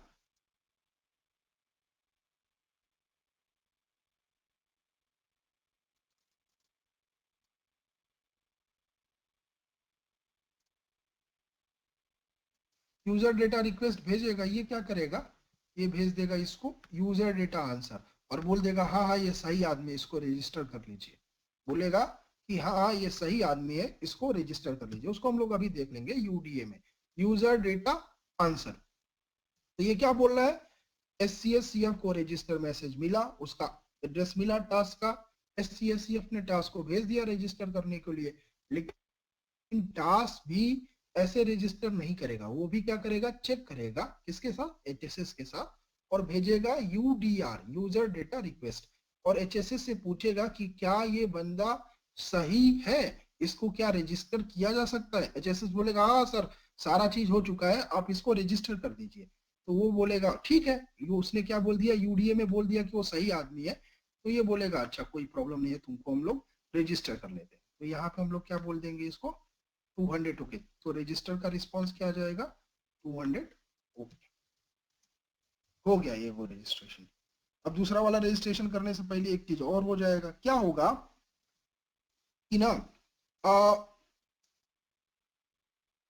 टास और SCSCF क्या करते हैं, यही सबसे ज्यादा चेंज होते हैं, है ना, यही सबसे ज्यादा चेंज होते हैं। हमेशा ही टास या SCSCF चेंज हो जाते हैं। तो ये लोग एक दूसरे को एक सब्सक्रिप्शन कर लेते हैं कि भैया अगर तुम चेंज हो तो तुम्हारे अंदर कोई भी चेंज हो तो तुम मेरे को बता देना, और मेरे अंदर कुछ भी चेंज होगा तो मैं तुमको बता दूंगा।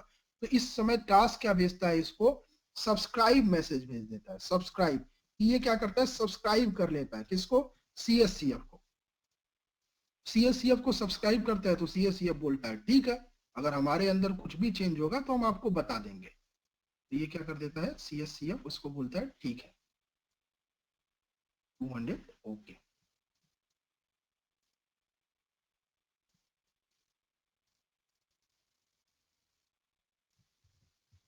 अब जैसे ही आप सब्सक्रिप्शन लेते हैं किसी चीज का, आपको क्या आ जाता है, एक नोटिफिकेशन आ जाता है कि आपने ये सब्सक्रिप्शन लिया है। तो कौन नोटिफाई करता है, जिसकी तरफ से आप सब्सक्रिप्शन लेते हैं, जिसको आप सब्सक्राइब करते हैं।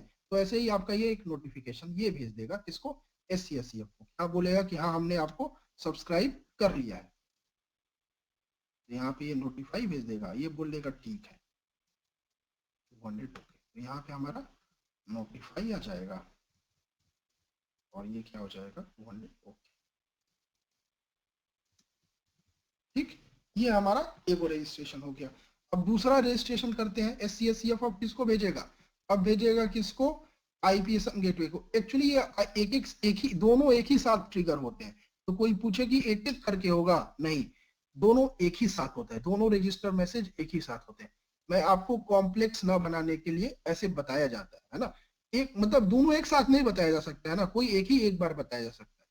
इसीलिए अगर आपसे कोई पूछे कि क्या पहले टास्क को भेजेगा और फिर, यस पहले टास्क को ही प्रीफर करेगा, लेकिन क्योंकि ट्रिगर पॉइंट उसी का सबसे पहले है, पहले टास्क को ही मैसेज जाएगा, उसके बाद ये। लेकिन ये जो प्रोसेस हो रहा है ना, वो प्रोसेस दोनों साथ में, ट्रिगर उसको करेगा फिर दूसरी बार में उसी यहां से ही इसी को चला जाएगा। तो मैं कॉल फ्लो को सही समझाने के लिए ऐसा बना दिया हूं। लेकिन सबसे पहले टास्क को ही जाएगा, फिर उसके बाद ये रजिस्ट्रेशन कंप्लीट हो जाएगा तो यूई मतलब SCSCF क्या भेजेगा, आप IPSM गेटवे को फिर से रजिस्टर भेज देगा। अब फिर वही बात हो गया हमारा register. Okay, Here's a result from register भेज देगा। अब क्या करेगा ये वाला भाई साहब, ये भी यही करेगा, बोलेगा कि अरे यार HSS देखो कौन आ गया हमारे पास, तो HSS को क्या भेज देगा, सब्सक्राइबर नोटिफिकेशन रिक्वेस्ट, SNR भेज देगा। किसको भेजेगा, HSS को। तो ये हमारा HSS है ना, क्या भेज देगा ये, सब्सक्राइबर नोटिफिकेशन आंसर। कहाँ चला गया भाई, शिट, आजा भाई।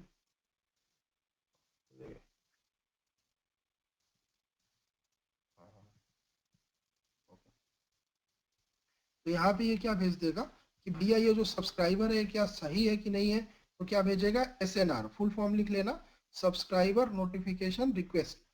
तो ये बोल देगा HSS की हाँ ठीक है, अभी हमारे पास आए थे, इनका नॉर्मल रजिस्ट्रेशन हो चुका है, कोई प्रॉब्लम नहीं है। तो ये क्या भेज देगा इसको, SNA, सब्सक्राइबर नोटिफिकेशन आंसर। अब क्या होगा दोस्तों, अब एक चीज जो आपको अभी समझना है, मे भी बाद में समझ में आए, अभी ये नहीं होगा, समझ में आएगा। तो ये चीज, ये वाला चीज।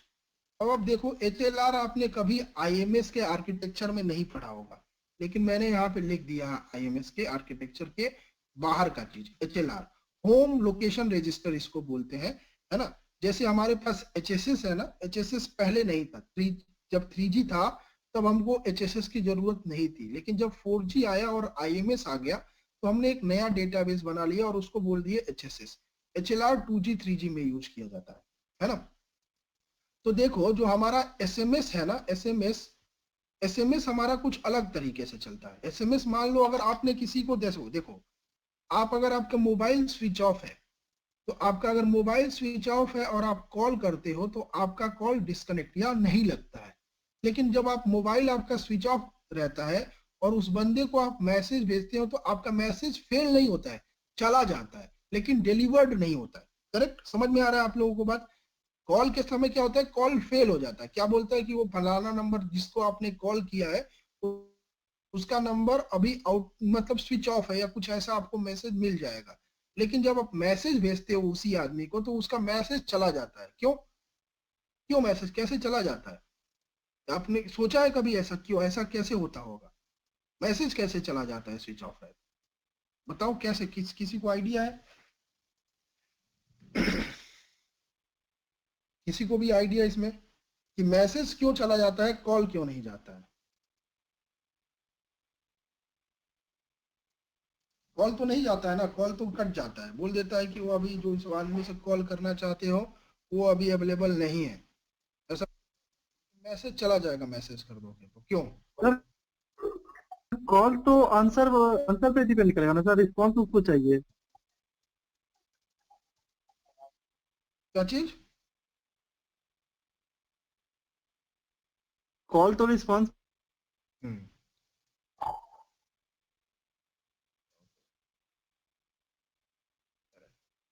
इसी तरह से इसका आंसर यही है कि इसका डिलीवरी मॉडल अलग है। कॉल एक, हमको जब कॉल करते हैं तो वो कॉल दूसरे बंदे का रिस्पांस आना ही चाहिए, लेकिन वो सभी आप लोग भी सही बताए कि मैसेज मोबाइल ऑन करता है भेजने तो के लिए उसके वो पास रिप्लाई करे ना करे, ये हम मैसेज काम डिलीवर करते हो हैं। जाएगा सर। हाँ, अब देखो इसी चीज को समझते हैं कि क्यों HLR का जरूरत पड़ा। तो जैसे ही जब मैसेज भेजा जाता है ना, तो सबसे पहले मैसेज क्या करते हैं, एक सर्वर पे जाता है जिसको हम लोग बोलते हैं SMSC, है ना, SMSC बोलते हैं। वो क्या करता है, मैसेज को स्टोर करता है। अब हमारा IMS में वो मैसेज IPSM गेटवे के पास चला जाएगा, क्योंकि वहां पे SMSC नहीं यूज करेंगे। यहाँ पे हमारा मैसेज कहाँ चला जाएगा, IPSM गेटवे के पास चला जाएगा। मान लो बी पार्टी को हमने भेजा, बी पार्टी स्विच ऑफ है, तो IPSM गेटवे क्या मैसेज भेज देगा वापस, नहीं नहीं हम मैसेज नहीं भेजेंगे, नहीं, ये क्या करता है, मैसेज को स्टोर कर लेता है, अपने पास ही सेव कर लेता है, राइट। तो जैसे ही ए पार्टी बी पार्टी को मैसेज भेजता है, वो क्या करता है, ए पार्टी का IPSM गेटवे, चूंकि बी पार्टी क्या है, स्विच ऑफ है, तो वो क्या करता है, अपने पास ही मैसेज को सेव कर लेता है और बोलता है कि ठीक है हम आपका मैसेज सेव कर लिए हैं, लेकिन डिलीवर्ड आपको नहीं दिखाएगा। अगर आप मैसेज में आपके अंदर देखिए, अगर आपके मोबाइल के अंदर एक रहता है डिलीवरी स्टेटस बताने का, डिलीवरी स्टेटस बताने का मतलब कि आपका मैसेज पहुंच गया या नहीं पहुंच गया, कहाँ पे है। तो जब आप डिलीवरी स्टेटस अपने मोबाइल में एक्टिव कर देते हो तो आपको बताता है कि आपका मैसेज डिलीवर्ड हो चुका है। जैसे सामान में, यही सामान जैसे भेजते हो वैसे ही मैसेज भी है। तो इसी तरह से जब आप मैसेज भेजते हो तो मैसेज भेजने के लिए जरूरी क्या है कि ये जरूरी नहीं है कि मैसेज को हम लोग डिलीवर करे या नहीं करे, तो सबसे पहले क्या, डिलीवर करने के लिए सब्सक्राइबर को ऑन होना जरूरी है। तो वही चीज यहाँ पे HLR बताता है IPSM गेटवे को। तो आपने मैसेज भेज दिया, वो मैसेज भेजने के लिए, वो मैसेज जब ने आपने भेजा है तो मैसेज वो हमारा पहुंचेगा नहीं पहुंचेगा इसके ऊपर गारंटी तो हम लोग कैसे पता करेंगे कि वो बी पार्टी ऑन है कि नहीं है। तो सबसे पहले जब मैसेज भेजते हैं तो मैसेज हमारा कहाँ होता है, सेव हो जाता है कहाँ पे, IPSM गेटवे के पास। अब ये IPSM गेटवे क्या करता है, चेक करता है बी पार्टी का स्टेटस कि बी पार्टी कहाँ पे है, स्विच ऑफ है, ऑन है, ऑफ है, उसका स्टेटस क्या है। और उसका स्टेटस कहाँ पे लिखा रहता है, HLR में लिखा रहता है कि सब्सक्राइबर अटैच है या डिटैच है। समझ में आ रहा है? अगर अटैच रहेगा तो तुरंत फॉरवर्ड कर देगा मैसेज को, अगर डिटैच रहेगा मतलब कि लैच नहीं रहेगा तो क्या कर देगा, अपने पास सेव कर लेगा। 7 डेज तक सेव करके रखता है एक नेटवर्क में। ऐसा हम लोग, ऐसा नहीं ना कि 2 साल तक सेव करता रहेगा, नहीं, 7 डेज तक सेव करके रखता है। तो अपने पास सेव करके रखता है और जैसे ही ये ऑनलाइन आता है उसको क्या कर देता है, मैसेज डिलीवर कर देता है। तो इसीलिए HLR का यहाँ पे जरूरत है। तो IPSM गेटवे क्या कर देगा, HLR से भी सिंक करना पड़ेगा, क्योंकि मैसेज आएगा तो उसको चेक करना पड़ेगा कि हाँ भैया मैसेज भेजा जा सकता है कि नहीं भेजा सकता है। तो देखेंगे तो ये भेजेगा IPSM गेटवे को क्या, ATM message, ATM message, okay, ATM message भेजता है। तो ये क्या कर देता है IPSM HLR, इसको क्या भेजता है, मतलब ready for SM, ready for submit. सभी लोग लिख लेंगे, रेडी फॉर SM का मतलब रेडी फॉर सबमिट,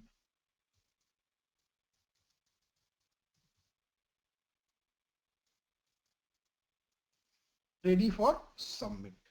और तो सर एटीएम मतलब का, ये HLR अभी, एटीएम का सर, ATM का, ATM का एक्सेस ट्रांसफर मैसेज या asynchronous transfer message, asynchronous transfer message इसको बोलते हैं हम लोग।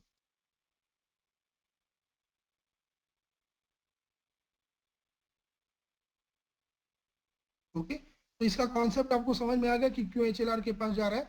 HLR एक ऐसा डेटाबेस है जो ऑन और ऑफ, मतलब सब्सक्राइबर ऑफ है या सब्सक्राइबर ऑन है, तो सब्सक्राइबर जैसे ही ऑन होगा वो कहाँ चला जाएगा, उसका MSC अपने आप आ जाएगा, है ना, MSC आ जाता है, मतलब मोबाइल स्विचिंग सेंटर, उसका हम लोग को एड्रेस पता चल जाता है। वो भी पढ़ाऊंगा तो समझ में आएगा। तो ये जैसे ही इसको पता चल जाएगा, ये अभी क्या दोस्त,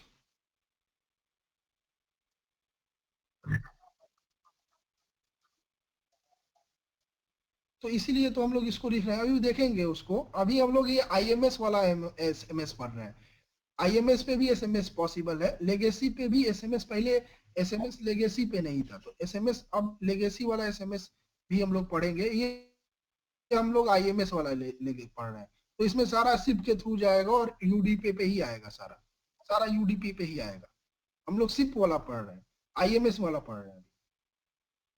ओके, तो आप जब कॉल करोगे, जब SMS भेजोगे सर तो आपका SMS कैसे जाएगा, अभी कॉल पे समझ लेंगे, SMS को भी समझ लेंगे, कॉल पढ़ लेंगे तो ये समझा दूंगा सर। ओके, बोलो दोस्त, और किसका क्वेश्चन है?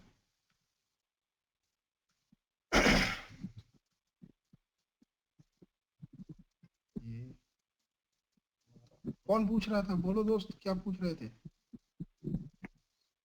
सर ये जो HML जो है लास्ट का जो,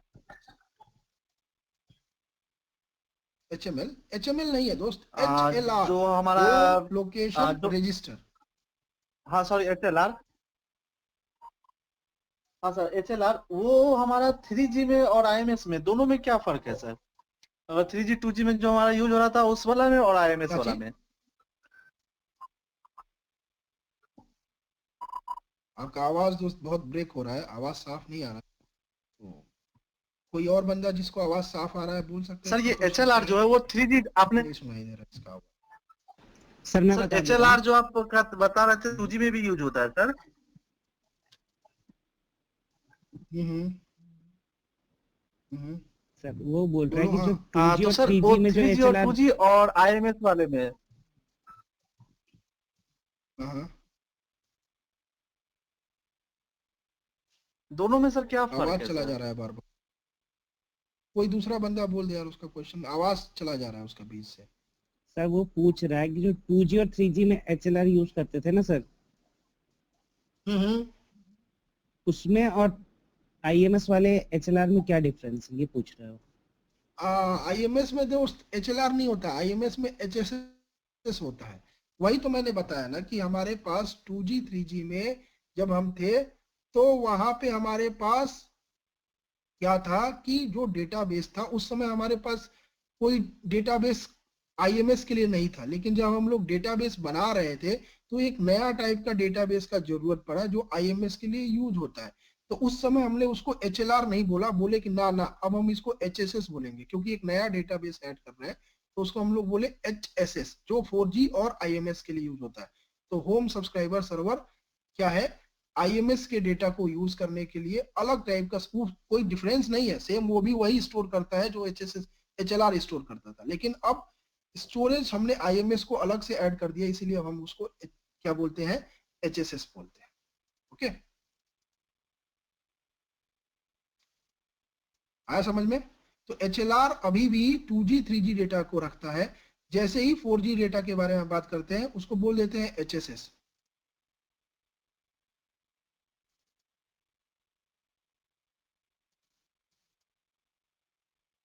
परफेक्ट। ओके, सो हमारे पास अब क्या हुआ, एचएलआर का एड्रेस हमको मिल गया है। एचएलआर ने क्या बोल दिया है, रेडी फॉर सबमिट। इसका मतलब ये होता है कि तुम अपना मैसेज भेज सकते हो। रेडी फॉर सबमिट का मतलब यही होता है कि तुम अपना मैसेज भेज दो, हम रेडी हैं।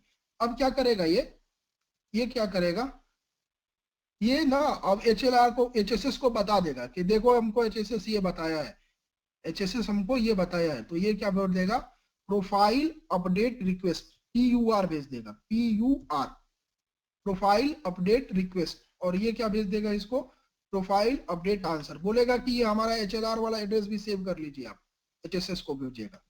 तो प्रोफाइल अपडेट आंसर भेज देगा, PUA।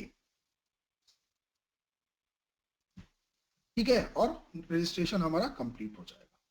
फिर उसके बाद हम 200 ओके भेज देगा। ये IPSM गेटवे किसको भेज देगा, सॉरी ये वाला SCSCF है दोस्तों, तो आप लोग इसको, मैं थोड़ा सा कर रहा है क्यों मुझे, अरे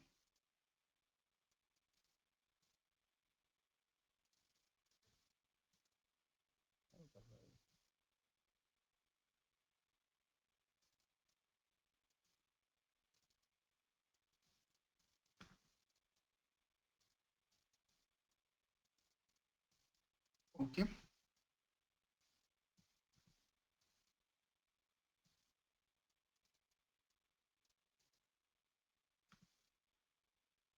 मैं ही मिटा देता हूँ इसको, ये वाला आपका ये वाला नहीं है, ये वाला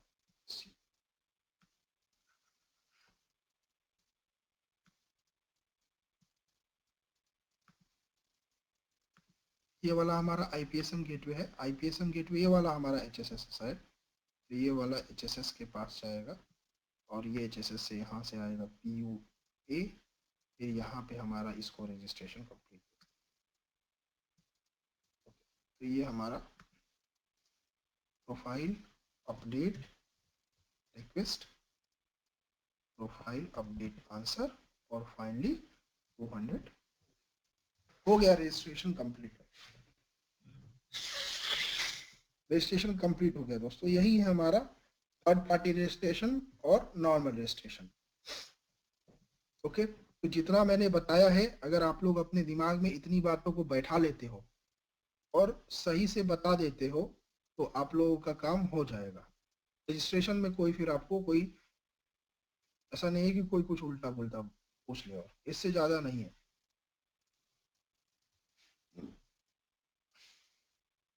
ओके, किसी का कोई डाउट है इसमें?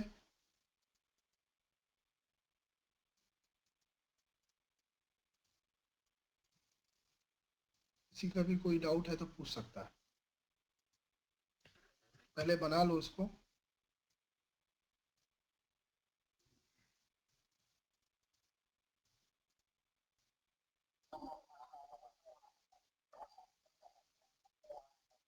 हम्म,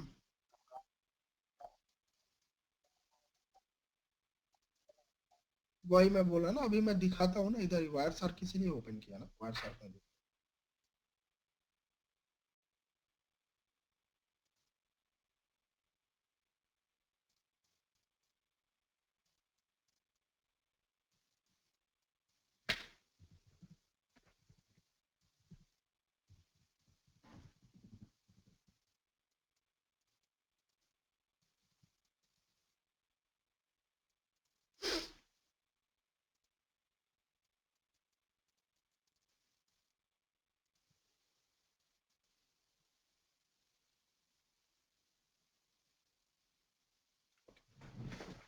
सो यूडीआर में देखते हैं क्या जाता है और क्या आता है ना।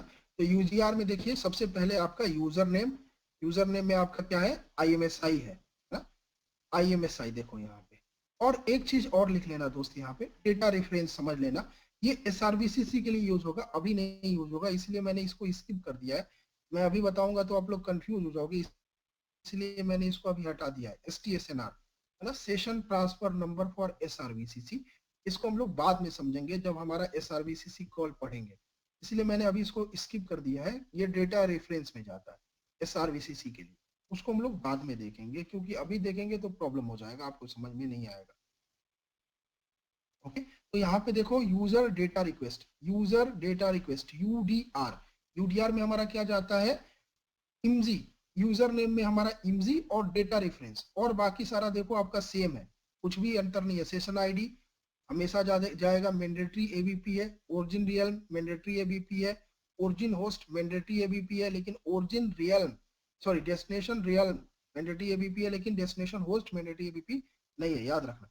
डेस्टिनेशन रियल हमारा मैंडेटरी ABP है, लेकिन ये वाला मैंडेटरी ABP नहीं है, याद रखना, हमेशा ही पूछ देते हैं कभी कभी डायमीटर में आपको कि ABP कौन कौन से मैंडेटरी है, तो सेशन आईडी मैंडेटरी है, ओरिजिन रियल मैंडेटरी है, ओरिजिन होस्ट मैंडेटरी है, vendor specific application ID mandatory है, डेस्टिनेशन रियल मैंडेटरी है, ये मैंडेटरी नहीं है, ये यूजर आइडेंटिटी, यूजर नेम, ये सब मैंडेटरी नहीं है। तो यहाँ पे देखो यूजर आइडेंटिटी को हम लोग ओपन करते हैं, क्या जा रहा है देख लेते हैं। देखो हमारा यहाँ पे क्या जा रहा है, यूजर आइडेंटिटी में पब्लिक आइडेंटिटी जा रहा है, और यूजर नेम में क्या जा रहा है, IMSI जा रहा है। तो सेम है, तो पुराने वाले की तरह ही है, पब्लिक आइडेंटिटी और IMSI दोनों जा रहे हैं, राइट। तो मतलब IMPI दोनों जा रहे हैं। ओके, अब हम लोग इसको देखते हैं, यूजर डेटा आंसर में क्या आता है। तो यूजर डेटा आंसर में देखेंगे यहाँ पे ये वाला ABP देखेंगे, कौन सा ABP, SH यूजर डेटा, ये वाला ABP देखेंगे, क्या SH यूजर डेटा, कौन सा ABP देखेंगे, वहां पे हम लोग क्या देखे थे, CX यूजर डेटा। अब हम लोग यहाँ पे क्या देख रहे हैं UDA में SH यूजर डेटा। इसमें भी एक XML रहेगा, लेकिन इस XML में ज्यादा चीज प्रॉब्लम नहीं है। इसमें क्या रहेगा, इसको ओपन बंद कर देते हैं, देखो लिख लेंगे इसके अंदर भी, इसलिए मैंने बोला था कि मैं इसको अलग से बताऊंगा। UDA के अंदर भी ये जो हमारा यूजर डेटा आंसर रच गया है, ये वाला इधर, इसको इधर लिखना है। ये सारा इंपॉर्टेंट क्वेश्चन है दोस्त, अगर कोई फंसाना चाहेगा तो आपको पूछ देगा यहाँ पे। तो UDA में यूजर डेटा आंसर, इसमें क्या आता है, इसमें भी हमारा SH यूजर डेटा। मैं इसी में आई थिंक तुम ही लोगों को इतना ज्यादा टाइम देके बता रहा हूं, नहीं तो मैं ज्यादा टाइम नहीं देता हूं इसमें। इस SH यूजर डेटा के अंदर सेम हमारा क्या आएगा, XML, क्या आएगा, XML आएगा। उसके अंदर क्या आता था, CX यूजर डेटा, इसके अंदर SAA के अंदर। अब हमारा UDA के अंदर क्या आ रहा है, SH यूजर डेटा ABP है, उस ABP के अंदर हमारा क्या है, इस ABP के अंदर सभी लोग ऐसा ही लिखेंगे, इस ABP के अंदर XML आएगा। इस XML के अंदर दो चीजें रहेंगी, XML और SH डेटा, XML और SH डेटा। उसमें क्या था, XML और IMS सब्सक्रिप्शन। तो यहाँ पे क्या है, XML और SH डेटा। इस XML के अंदर दो चीजें हैं, क्या है, XML और SH डेटा।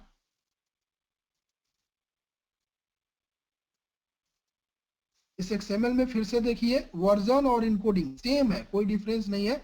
वर्जन 1.0 और इनकोडिंग UTF-8। तो यहाँ पे मैं लिख देता हूँ फिर से, यहाँ पे हमारा क्या है, वर्जन और इनकोडिंग। तो आपको पता ही है, मैंने यहाँ पे 1.0 वर्जन है और इनकोडिंग क्या है, UTF-8। अब एसएच डेटा को खोलते हैं।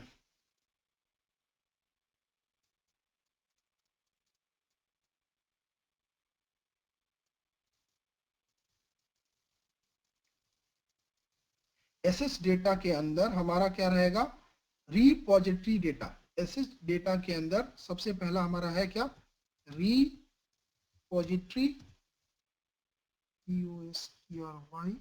Repository data.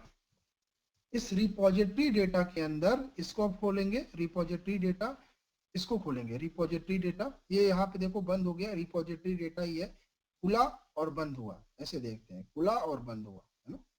यहाँ पे देखो ये खुला हुआ, ये बंद हुआ। तो रिपोजिटरी डेटा, रिपोजिटरी डेटा के अंदर देखेंगे क्या है हमारे पास, ये बंद हो गया है। तो रिपोजिटरी डेटा के अंदर क्या है, सर्विस इंडिकेशन, सीक्वेंस नंबर और सर्विस डेटा। अगर कोई पूछ दिया तो बताना है, अगर बता दोगे, अगर याद है, याद रख सकते हो और बता दोगे तो उससे अच्छा तो कोई बात ही नहीं है। सर्विस इंडिकेशन, क्योंकि ये बड़े बड़े एक्सपीरियंस लोगों को नहीं पता। सीक्वेंस नंबर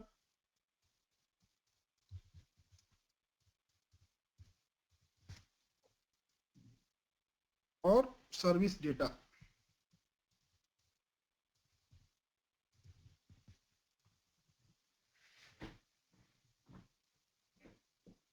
बस और कोई नहीं है, यही इंफॉर्मेशन है। अब देख लेते हैं इनके अंदर अब क्या है। तो सर्विस इंडिकेशन के अंदर हमारा MMTS, MMT सर्विस कॉन्फ़िग है। MMT सर्विस कॉन्फ़िग इसका मतलब मैं बता देता हूं, सीक्वेंस नंबर है और सर्विस डेटा है।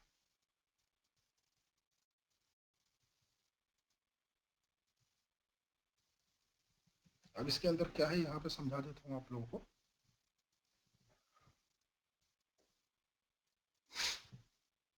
ये लिख लो पहले, उसके बाद फिर समझा देता हूँ।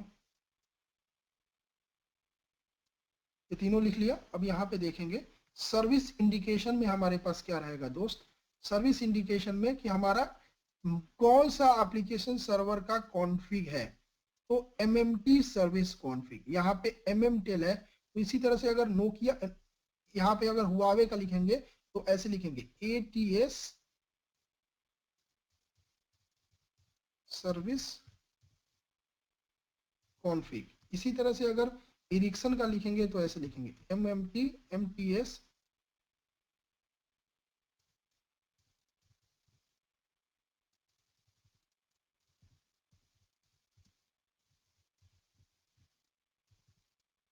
Service config. और हर एक ऑपरेटर एक सीक्वेंस नंबर जनरेट किया होगा। तो मान लें एक नंबर हमने जनरेट कर दिया, उसका नंबर है 30, है ना। अब इसके अंदर सबसे इंपॉर्टेंट इंफॉर्मेशन है सर्विस डेटा के अंदर। अब इसके अंदर क्या क्या है लिख लो। उसके अंदर है क्या,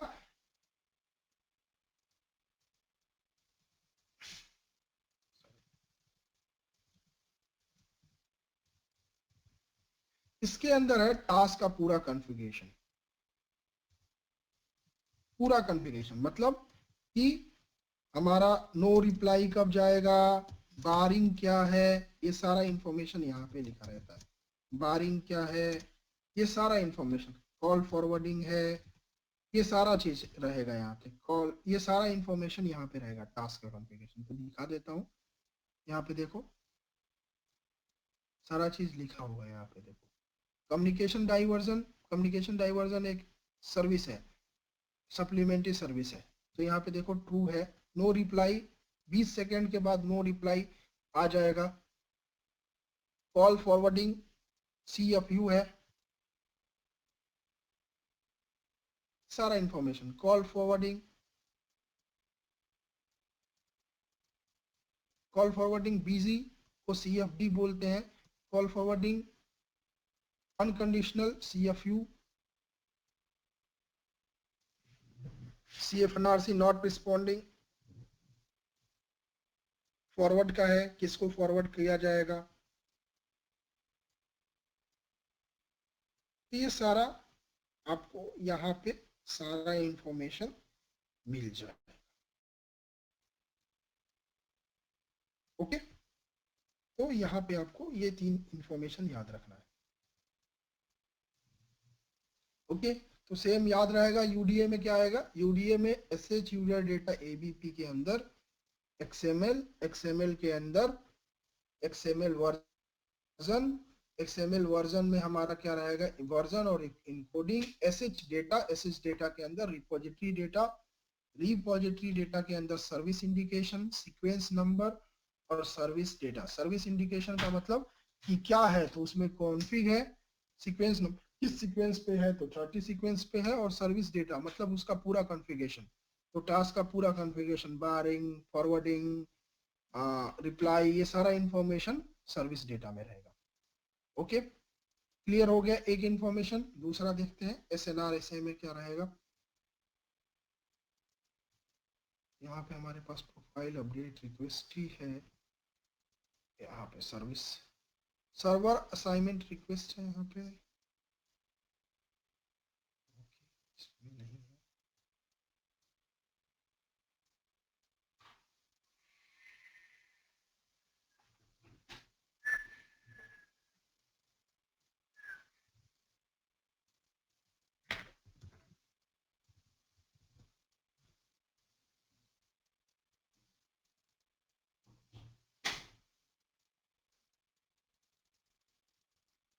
File update server assignment request. Subscriber request.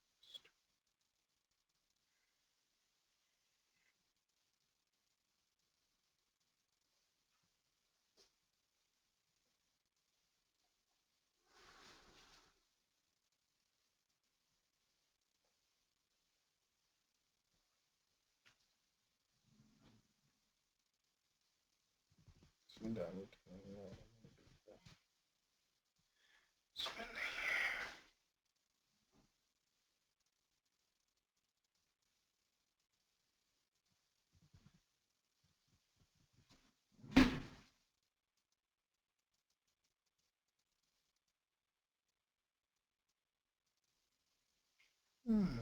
SR है।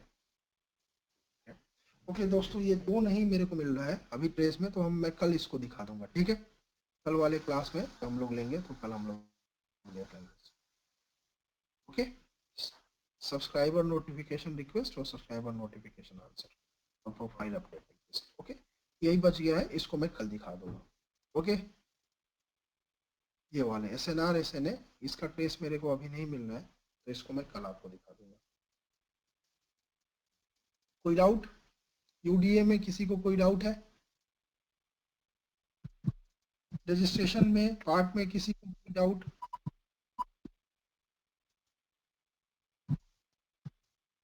नहीं सर, इसमें कोई डाउट नहीं सर, बस आप एक बार वो व्हाइट सर का लॉग भेज दीजिएगा सर, हम लोग रिवाइज कर लेंगे, क्लियर हो जाएगा सर। ओके, ये वाला मैं बता दूंगा कल, ये सब्सक्राइबर नोटिफिकेशन आंसर रिक्वेस्ट, ये भी बता दूंगा मैं। ठीक,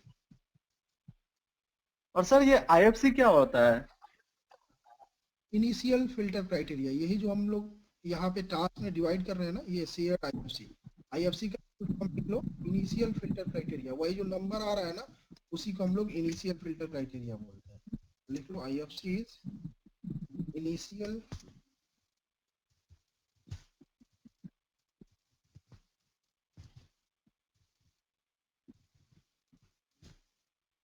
initial filter criteria.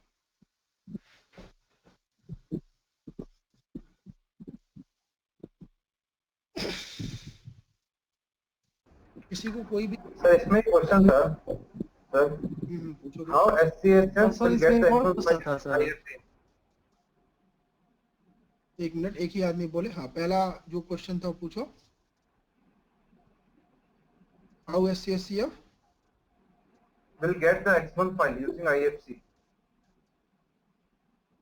How I sorry आप फिर से एक बार बोलो। How SCSCF will How get, will XML file using IFC? That's what I said. No, वहां पे हमारे पास क्या है? वहां पे हमारे पास एक स्कीमा है, मैंने दिखाया था तुमको।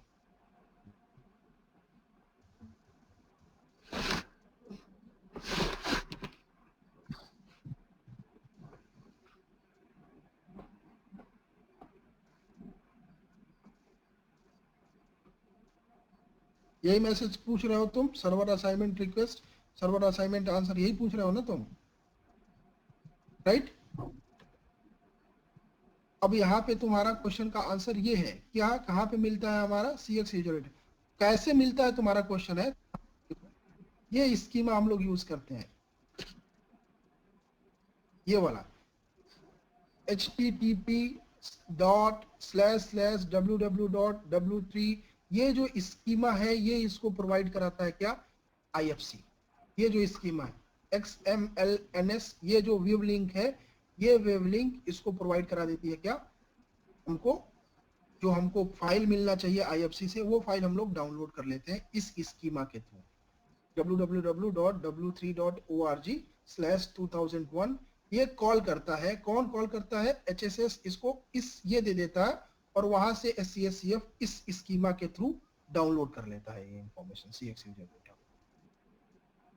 ओके, समझ में आया? Yes sir.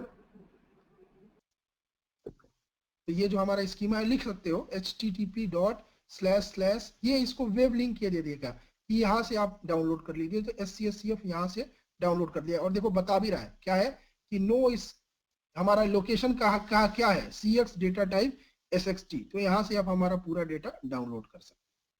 ये यहीं पे बता रहा है, HSS बता रहा है SCSCF। और कौन बोल रहा था, नेक्स्ट क्वेश्चन किसका था? सर इसी से रिलेटेड था सर, और एक कॉल फॉरवर्डिंग का है सर क्वेश्चन। हाँ पूछो। हाँ सर, कॉल फॉरवर्डिंग का जो नंबर होता है वो कौन से हेडर में रहता है? कॉल फॉरवर्डिंग का नंबर वो तो टू और फ्रॉम में चेंज होगा ना दोस्त।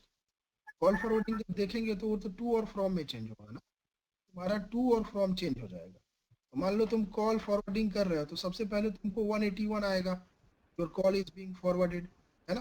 फिर उसके नहीं बाद सर, ये आपका कुछ क्या ऐसे होगा, sir from to sir same sir sir same रहेगा, टू चेंज। सर यहाँ जैसे आपने अल्टरनेट नंबर सेव करते हैं, ठीक है? जैसे आपने कॉल फॉरवर्डिंग किया, मैंने फॉरवर्डिंग में मैंने नंबर डाल दिया है अल्टरनेट नंबर की, मैं इस अल्टरनेट नंबर में कॉल है, तो अल्टरनेट नंबर कहाँ सेव होता है अप्रॉक्सीमेटली, वो क्वेश्चन पूछना। हाँ ओके ओके ओके, वो हमारा सेव होता है टेलीफोनी एप्लीकेशन सर्वर में, टास्क में। और 2G 3G के केस में HLR, 2G 3G के केस में HLR में। और फॉरवर्डिंग कहाँ पे सेट होगा हमारा, क्योंकि पूरा सप्लीमेंट्री सर्विस कौन कराता है, सप्लीमेंट्री सर्विस के लिए टेलीफोनी एप्लीकेशन सर्वर ही रिस्पांसिबल है, राइट? तो जैसे ही आप अपने फोन में फॉरवर्डिंग सेट करते हो, वो फॉरवर्डिंग कहाँ पे जाके स्टोर हो जाता है, टेलीफोनी एप्लीकेशन सर्वर में। तो यूजर जब कॉल करता है, देखेंगे कॉल करते समय, अभी चलो कॉल को ही बनाने वाले हैं 10 मिनट में, तो कॉल को बनाएंगे तो समझ लेंगे। ठीक है, तो 5 मिनट का एक ब्रेक लेते हैं, 5 मिनट के बाद मिलते हैं और यहाँ पे हम लोग एक IMS टू IMS को ड्रॉ करेंगे और समझ लेंगे कि कैसे IMS टू IMS कॉल होता है। ओके,